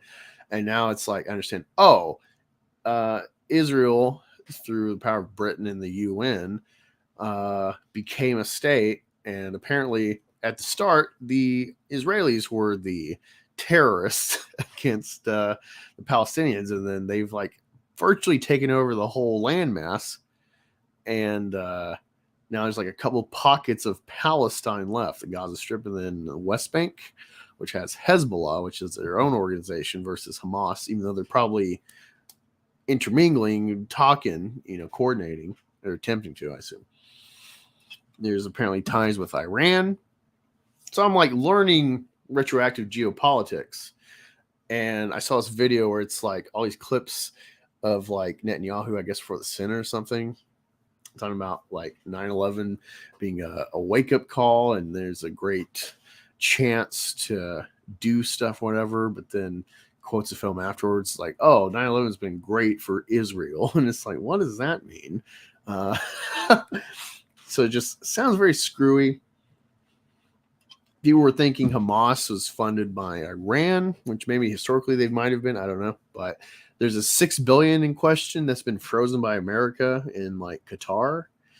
And it's like that money's still been frozen. It's not been brought to Iran. Now it's refrozen. I just read.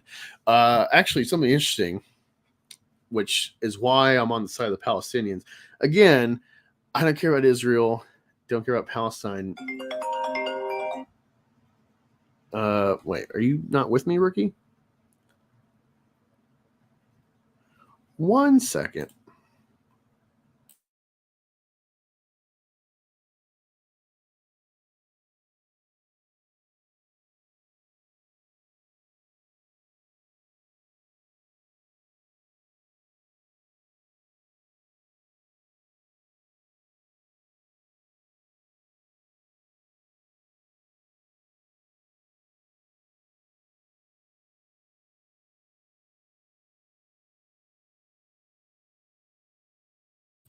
All right, Rookie is his computer overheated somehow, so he's gonna be on the phone with me for the time being. But anyway, what I was saying is, what was I saying? Some Hamas, Iran, money. Oh, Palestine. Yeah, there's something I wanted to read. I was reading a Washington Post article, I think, from iTunes, or not iTunes, but the iPhone gives you like a news feed. So I'm just like, what's this? So let me get rid of a couple of pictures. And it's very interesting. There's a couple screenshots I got. So it says the toll in Gaza from 6 days of airstrikes has reached 1,400 killed, including 447 children and 248 women, according to the Palestinian Health Ministry, rapidly approaching the more than 2,000 killed in 2014 war, even before the start of the ground invasion. More than 300,000 people have left their homes in search of safety, but there's little to be had. Both the territory's exits into Israel and Egypt are closed. Another part says Israel has not let any goods into Gaza since airstrikes began, describing the intended conditions as total siege, a tactic outlawed under international law.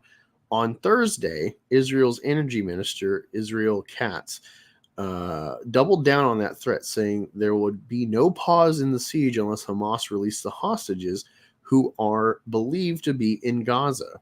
Humanitarian aid to Gaza. This is a quote. Humanitarian aid to Gaza.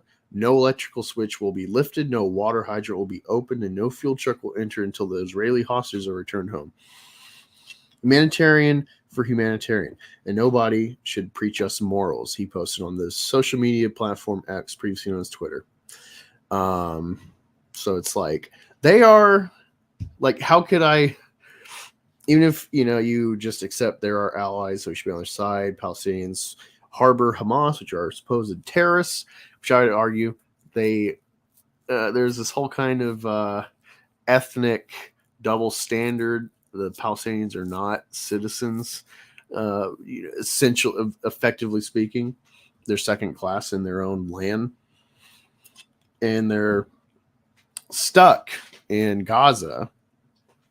And then they're telling exit, but then they're closing the exits and Egypt's going along with them and they're bombing the exits. So they're trying, and you see it on Twitter. Ben Shapiro, all these people are talking about glassing Palestine. How can I, it's like, it seems a bit extreme. Terrorism. Stoney, there's 2.5 million people stuck in a 25 square mile strip of land. You're talking about like a county, essentially, in Israel. Israel's like the size of New Jersey. And there's like 12 million people. I don't know how the statistics are counted for Israel versus Palestine, but there's about 12 million people in Israel, I think I read, and there's 2+ million people. Half of them are children in Palestine. And people are talking about bombing the whole land and killing everybody. And because it's a certain demographic in Israel, that's no one's really batting an eye. And what I've learned of why would they do this? Because Hamas does not have the manpower or the armament, at least, to effectively attack Israel in any meaningful way or defend against Israel attack, aside from the backing they get from other countries. What would the purpose be? So apparently, Saudi Arabia is in talks of normalizing interaction with Israel. And Saudi Arabia houses the two most important mosques of Islam, Mecca, and I don't know what the other one is. But essentially, if the Saudi government continues interaction with Israel during the state of actual oppression of Palestinians, this will cause the Saudis to revolt and destroy that government that would work with Israel. Iran, though, is a sworn enemy of Israel, and they are not on friendly terms, to say at least, with Saudi Arabia, apparently. And so the idea here is that Hamas has done this, arguably a suicidal mission for a greater cause for Palestine in general. That they're trying to 300 us. Yeah, they are sacrificing themselves to actually force the Islamic world to work against Israel and and thus be a collective voice for Palestine's well-being. And so that seems to make sense. But also there's the other side where it's like, how did Israel, where they're surrounded by enemies, not pick up on this attack coming? Apparently Egypt told them, like, hey, you're going to get attacked. Netanyahu, could this be a Pearl Harbor situation? Yeah, that's what it sounds like. Sounds like this is a Pearl Harbor thing that they allow Netanyahu happen so they can respond, and there you go. Well, this Netanyahu is very conservative, extremist. His regime, he is doing some stuff to meddle with the way their Supreme Court works and stuff, and made this like isolated regime. And I guess they're trying to oust him, and this is now a great distraction to stall that maybe indefinitely.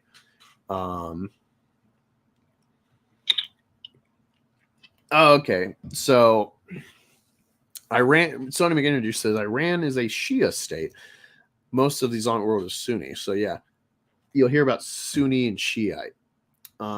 What I understand, SNL did a funny bit where Will Forte is like, I'm going to help explain what that is, and then he shows pictures. This is a Sunni. This is a Sunni. This is a Shiite, Sunni. It's like you can't fucking tell. Right. So what I understand the difference between Sunni and Shiite is, correct me if I'm wrong, but this is the simple understanding I have, is that the governance, like the Catholic Church, you have the Pope and the cardinals, and they elect a Pope when the Pope dies, whatever. It's all uniform. But the Orthodox, they're more or less in communion with the Catholics, pretty much agree on everything but the Pope, more or less. And so the Orthodox don't have a Pope. They have a conference of bishops, just like the Catholic Church, but they don't have a president in the Pope. And so there is no one guy that end all be all rules the church of the Orthodox versus Catholic. That's really the divide of those two churches. Sunni Shiite, kind of the same. One side, I don't know which one's which. One side thinks the leader of Islam should be a descendant of Muhammad, if I'm not mistaken, versus the other side thinks it should be like whoever's best to serve as the leader. So that's like the divide, is like legacy versus election. Okay, I see. So let me look up Shiite or Shia versus Sunni. Shia is a term that stems from Shiatu Ali, Arabic for partisans of Ali. Believe that Ali and his descendants are part of a divine order. Sunnis, meaning follower of the Sunnah or way in Arabic of Muhammad, are opposed to political secession based on Muhammad's bloodline. So most of the Islam is Sunni, and thus opposes a bloodline secession.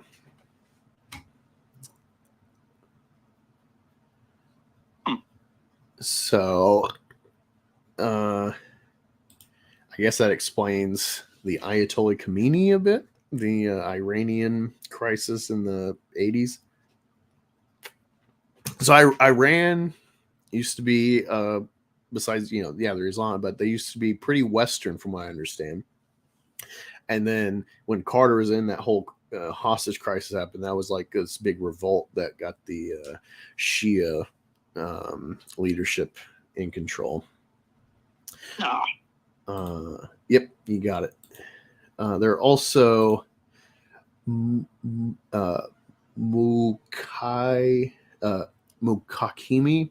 who don't think any successors were valid. Let me go back. Tina says, the rumor I read is that Hamas got its weapons from both Iran and Ukraine.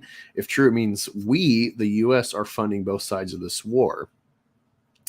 Yeah, I've seen something also that there is like some trade deals that are in conflict, that China has its own trade deal it's trying to do in regards to Israel or whatnot, and America has its deal it's trying to do with like Israel and the UAE, and I assume the Saudis as well. So this is and then Russia also, so like us and Russia are against each other effectively in a new sort of pre-Cold War, it seems. So this might be a new proxy war. Russia, I think, is cool with Iran. All right. So it's like, and we're, of course, with Israel. So this might, on top of the Ukraine thing, might be this multi-front world war building again, or at least various proxy wars going on. Assembling the chessboard. So this is why I'm digging in, trying to learn this stuff, this geopolitics and history, because even though it's not our fucking fight, it is our fight, unfortunately, because people in power are owned by certain people. Man, thank you for that commentary, Tina. Yeah, it is very interesting. There's definitely all these questions like, where's all this money going in Ukraine? Like, how are we giving them all these billions? And like, there's apparently no progress. No progress. It's a wasted cause. Just fucking give up. Just accept Putin as your emperor, because that's what he is.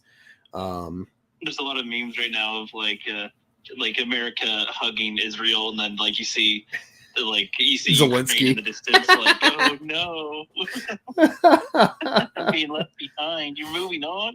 It's someone else. Yeah, let me go on Twitter and look around real quick. Yeah, I just fucked up on my headphones too, so I can't go on my mic.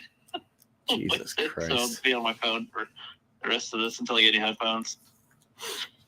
Oh, off topic. There's something very interesting. Very interesting. So you remember Will Smith and Jada Pinkett? Yeah, I saw a thing where she's like, we've been divorced for 7 years. Well, separated, but yeah, effectively divorced. So we just like, does Will Smith know? Okay, Papa commented. So let me share this. Are you able to look on YouTube at all yet, Ricky? Yeah. Okay. So I'm gonna share this.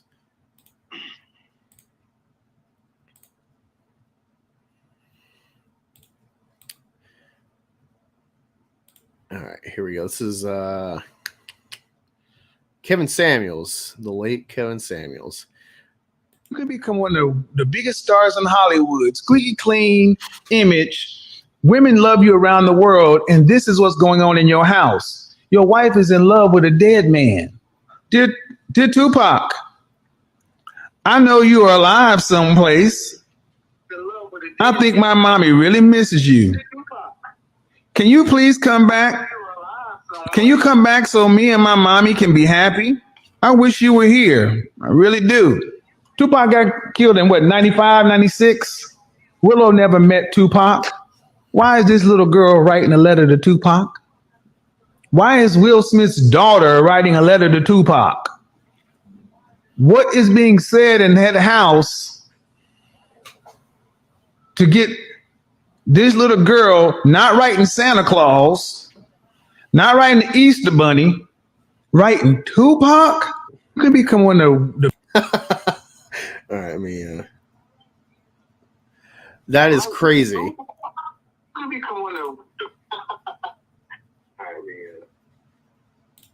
That's funny. That's crazy. So Jada was, I guess, involved with Tupac before she got Will Smith. So that's the story there. Oh, shit. It's like, can you come back so me and mommy can be happy? Wow. He just can't catch a break. And so, knowing this, seeing this clip, and then Jada saying, "Oh, we've been separated for like 7 years," and then you see this clip, and then you think about Will Smith's slap on behalf of Jada. It all makes sense now. It's not him just being an emotional bitch. He's trying to like give a sign of goodwill for Jada to like accept him back fully. And now it's like, God, this is so fucking sad. Will Smith's still a cuck, but we need to send SEAL Team 6 to help him get the fuck away from now this is like, God. He needs a rescue op. He needs a rescue op. What has he been doing these 7 years? Who's he got? His own daughter's writing to this dead guy her mom fucked that she never met. Like, and she's turning their son into a trans. Oh God, poor Will. Poor Will. And he's a cuck now. Like he's his whole life is. When was the last good movie that he started? Pursuit of Happiness is like 15 years ago. Yeah, I was gonna say that's a while ago, huh? Like, God. Anything recent he been good at? No. Yeah. Oh man, he had that Ang Lee movie that Gemini Man didn't take off. It's hard to even really take him seriously, even before all the drama and knowing all this stuff. It's like, I don't know. He seemed to have had a pocket of like, yeah, that's Will fucking Smith, and like a good pocket, not like a short pocket, a long pocket of time of like, wow, Fresh Prince of Bel-Air and Independence Day, all that stuff, and I Robot, all these things. He'd be the funny guy and the dramatic guy, sort of. And then it's like, I don't know, just not much left. Oh, going back to Isom really quick. Let me find the article. The ministry? No, the comic book. Sorry, I confused these two. Here's a funny article from Batting. New Alan Scott, the Green Lantern series, sees the Golden Age hero seemingly being blackmailed into sexual relationship with J. Edgar Hoover. It seems J. Edgar was a closeted homo.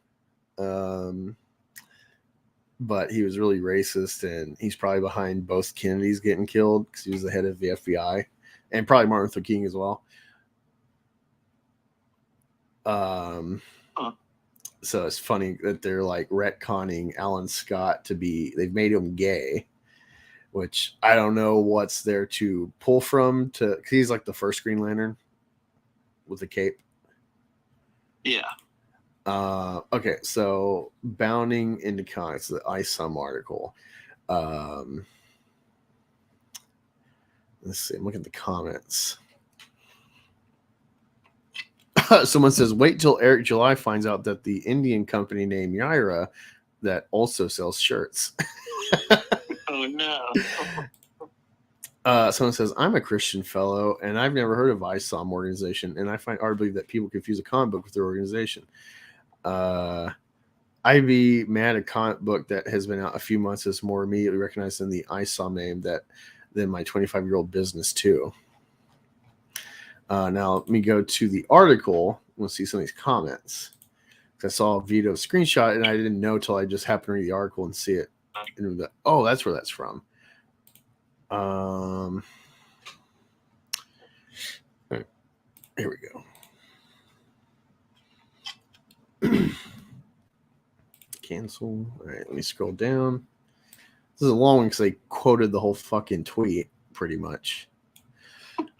Someone says, announcing their thing about swing is just an attempt to shake down Eric for some easy selling money. The guy in charge of Good Shepherd Ministries got his start as a TV evangelist, so he's no stranger to shakedowns for fun and profit.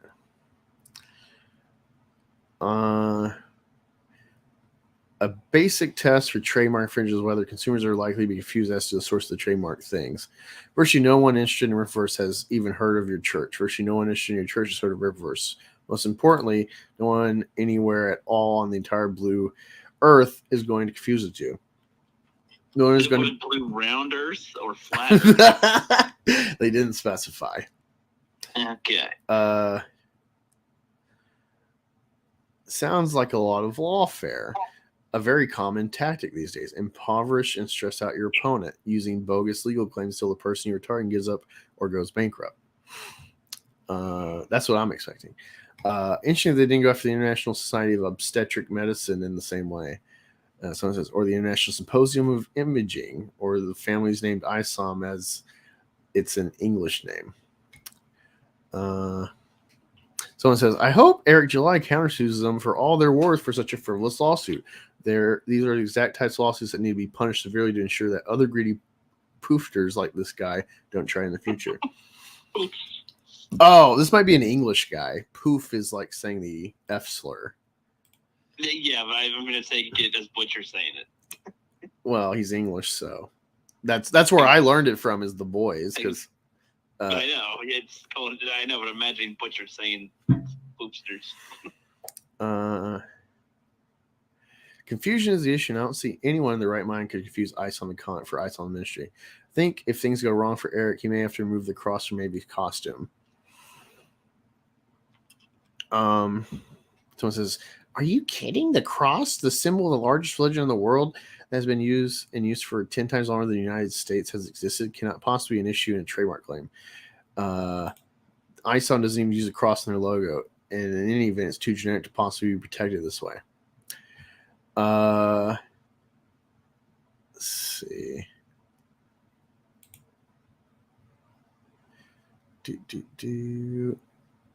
Would anyone actually be confused between a ministry and comic character? Considering Respawn Stronger's post, apparently the woke would. Oh man. Let me find EVS was commenting on this. All caps. He's one of the quote tweets for sure. Comments.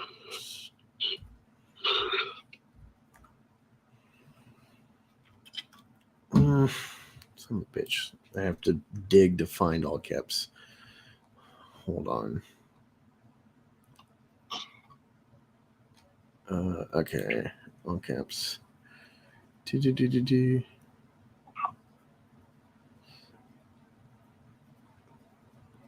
Let me find it. Yeah, he shared these preview pages, and I'm like, that's what it is. Your hair, it's too fucking detailed. That's the problem. I've been trying to figure out why his hair, especially like on the little girl, bothers me. It's the hair's too detailed. It's too much. It draws your attention in a bad way. It's not that the hair's bad. It's just doesn't match with the art style of everything else. And I was looking at like Frank Cho. He's a great, he's usually like a great pinup artist, and his hair's way more simple. Let me see. Vampire wasps discovered in the Amazon. They sting and suck blood and eat their prey from the inside. Oh my god. Yummy.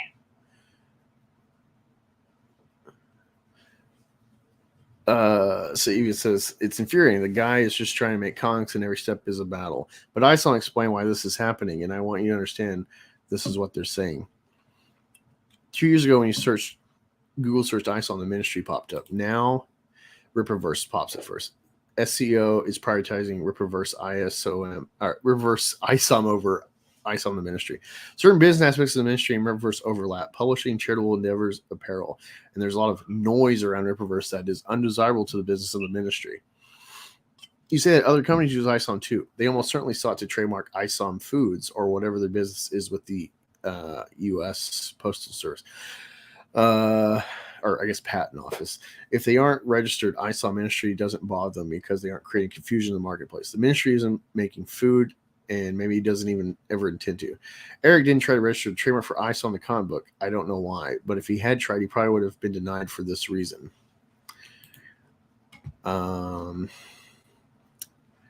He says, these replies from Rippaverse fans, ladies and gentlemen, wise up and get real. You're making this worse for Eric. The ministry hasn't been fooled, and none of these, it was just a prank bro arguments are going to stop this lawsuit from rolling forward. They aren't naive.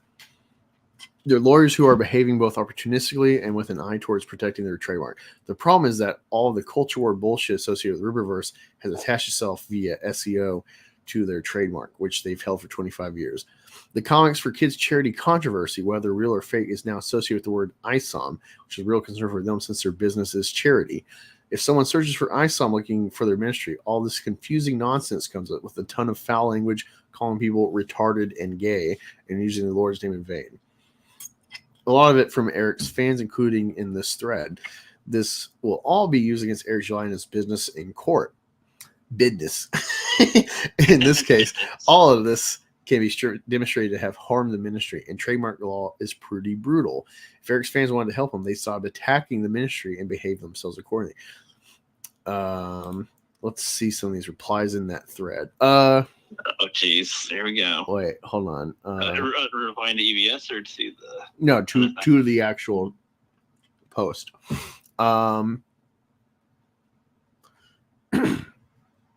Someone sent an email that says, hello, I apologize for a strange email, but I just recently saw a YouTube video my son was watching, and I saw something that genuinely concerned me regarding Isom. I may have misunderstood, but from what I understood, a man representing your brand stole money from children in need, and frankly, I find that unacceptable. I certainly don't blame you or Isom for associating with such a man, as he may not and hopefully does not reflect the values of Isom, but I don't think my worry is unfounded. I myself am a devout Christian, and to see someone abuse the faith of such a man is abhorrent. Please get back to me when you can, and best regards, Robert. So that was the when he mentioned that, I'm like, that doesn't sound, I mean, it could, but it doesn't sound like a biggest problem troll. Right. I could see this is the grandma. I wanted to buy the amazing bulk for my grandson. He likes the fighting guy. It's like, oh no, the Incredible Hulk. Oh, yeah.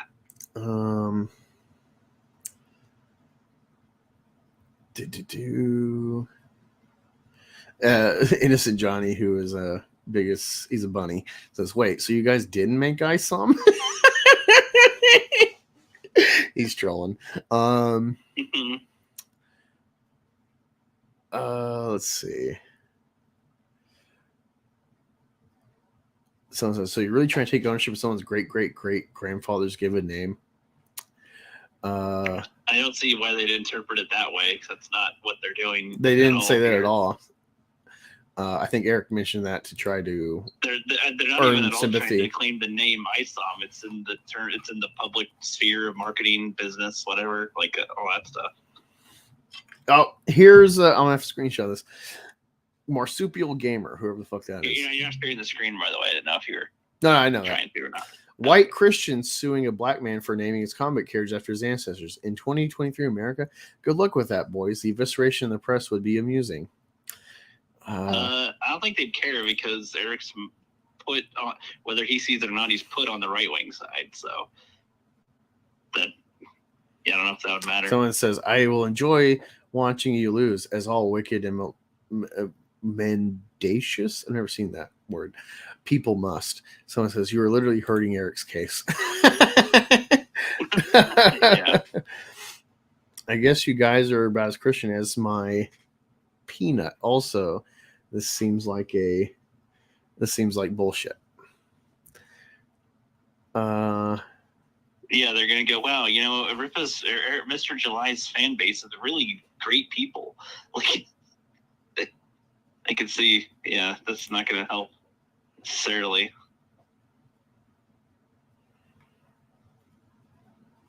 It's gonna embolden them to keep going anyway.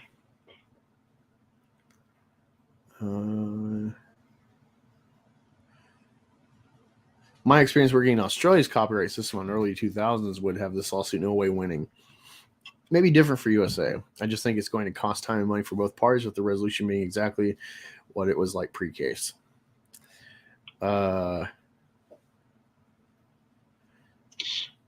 I think Eric pointed out in the video that like now with, or maybe ZBS tweet, I don't remember, or like now with this lawsuit thing, now it's for sure Isoms are going to be mixed up now. Now they are going to be definitely some crossover stuff now that they're both interacting with each other publicly.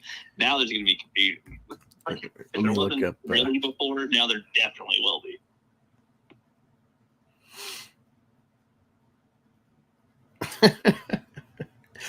I'd love for somebody in the Isom ministry thing to like go to a session or do a video thing and like, hey, what do you have to say today? He goes, yeah, listen up, partner. We going to business. So, and Dick screenshot this YouTube comment. International School of Ministry, Isom, and Dr. Baron Gilfillan are suing Eric for copyrights on a black superhero. That is the dumbest thing ever. I'm bombarding their YouTube and other social media, calling out these losers, and I suggest everyone does the same. Someone's like, I already called them twice. They deserve to be called out. Yeah, not helping the case.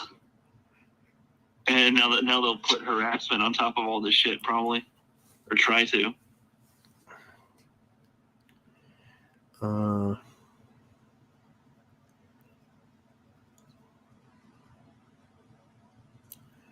Let me see.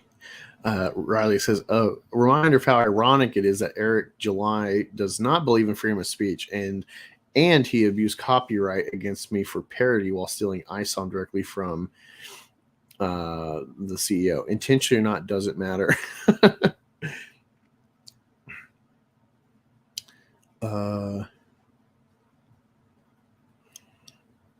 Let's see. There's my meme, or I meme that gay Isom art into Magnus Tyrone, or Tyrone Magnus. Let me see the chat really quick. New comments. Let me see. I gotta share this meme I made. I think y'all might appreciate it.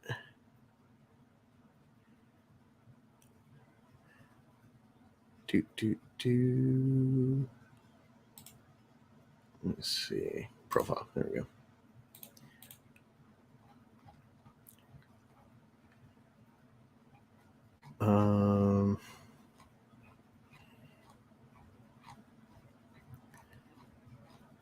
Where the hell? One second.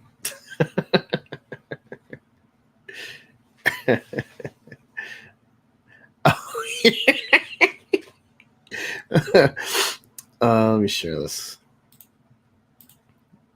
Present, share screen. There you go. I said, Dear Rippaverse and Super Killer fans, I propose a compromise. Riley and Eric serve equal sentences in the same cell for trademark and warehouse infringements. Well, that would be funny.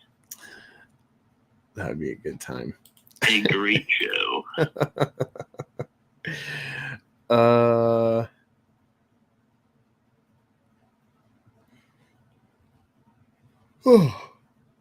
But yeah, anything else you want to cover, Rookie? Nope. I'm good to go. Well, that's that. Talk to y'all next week. Farewell.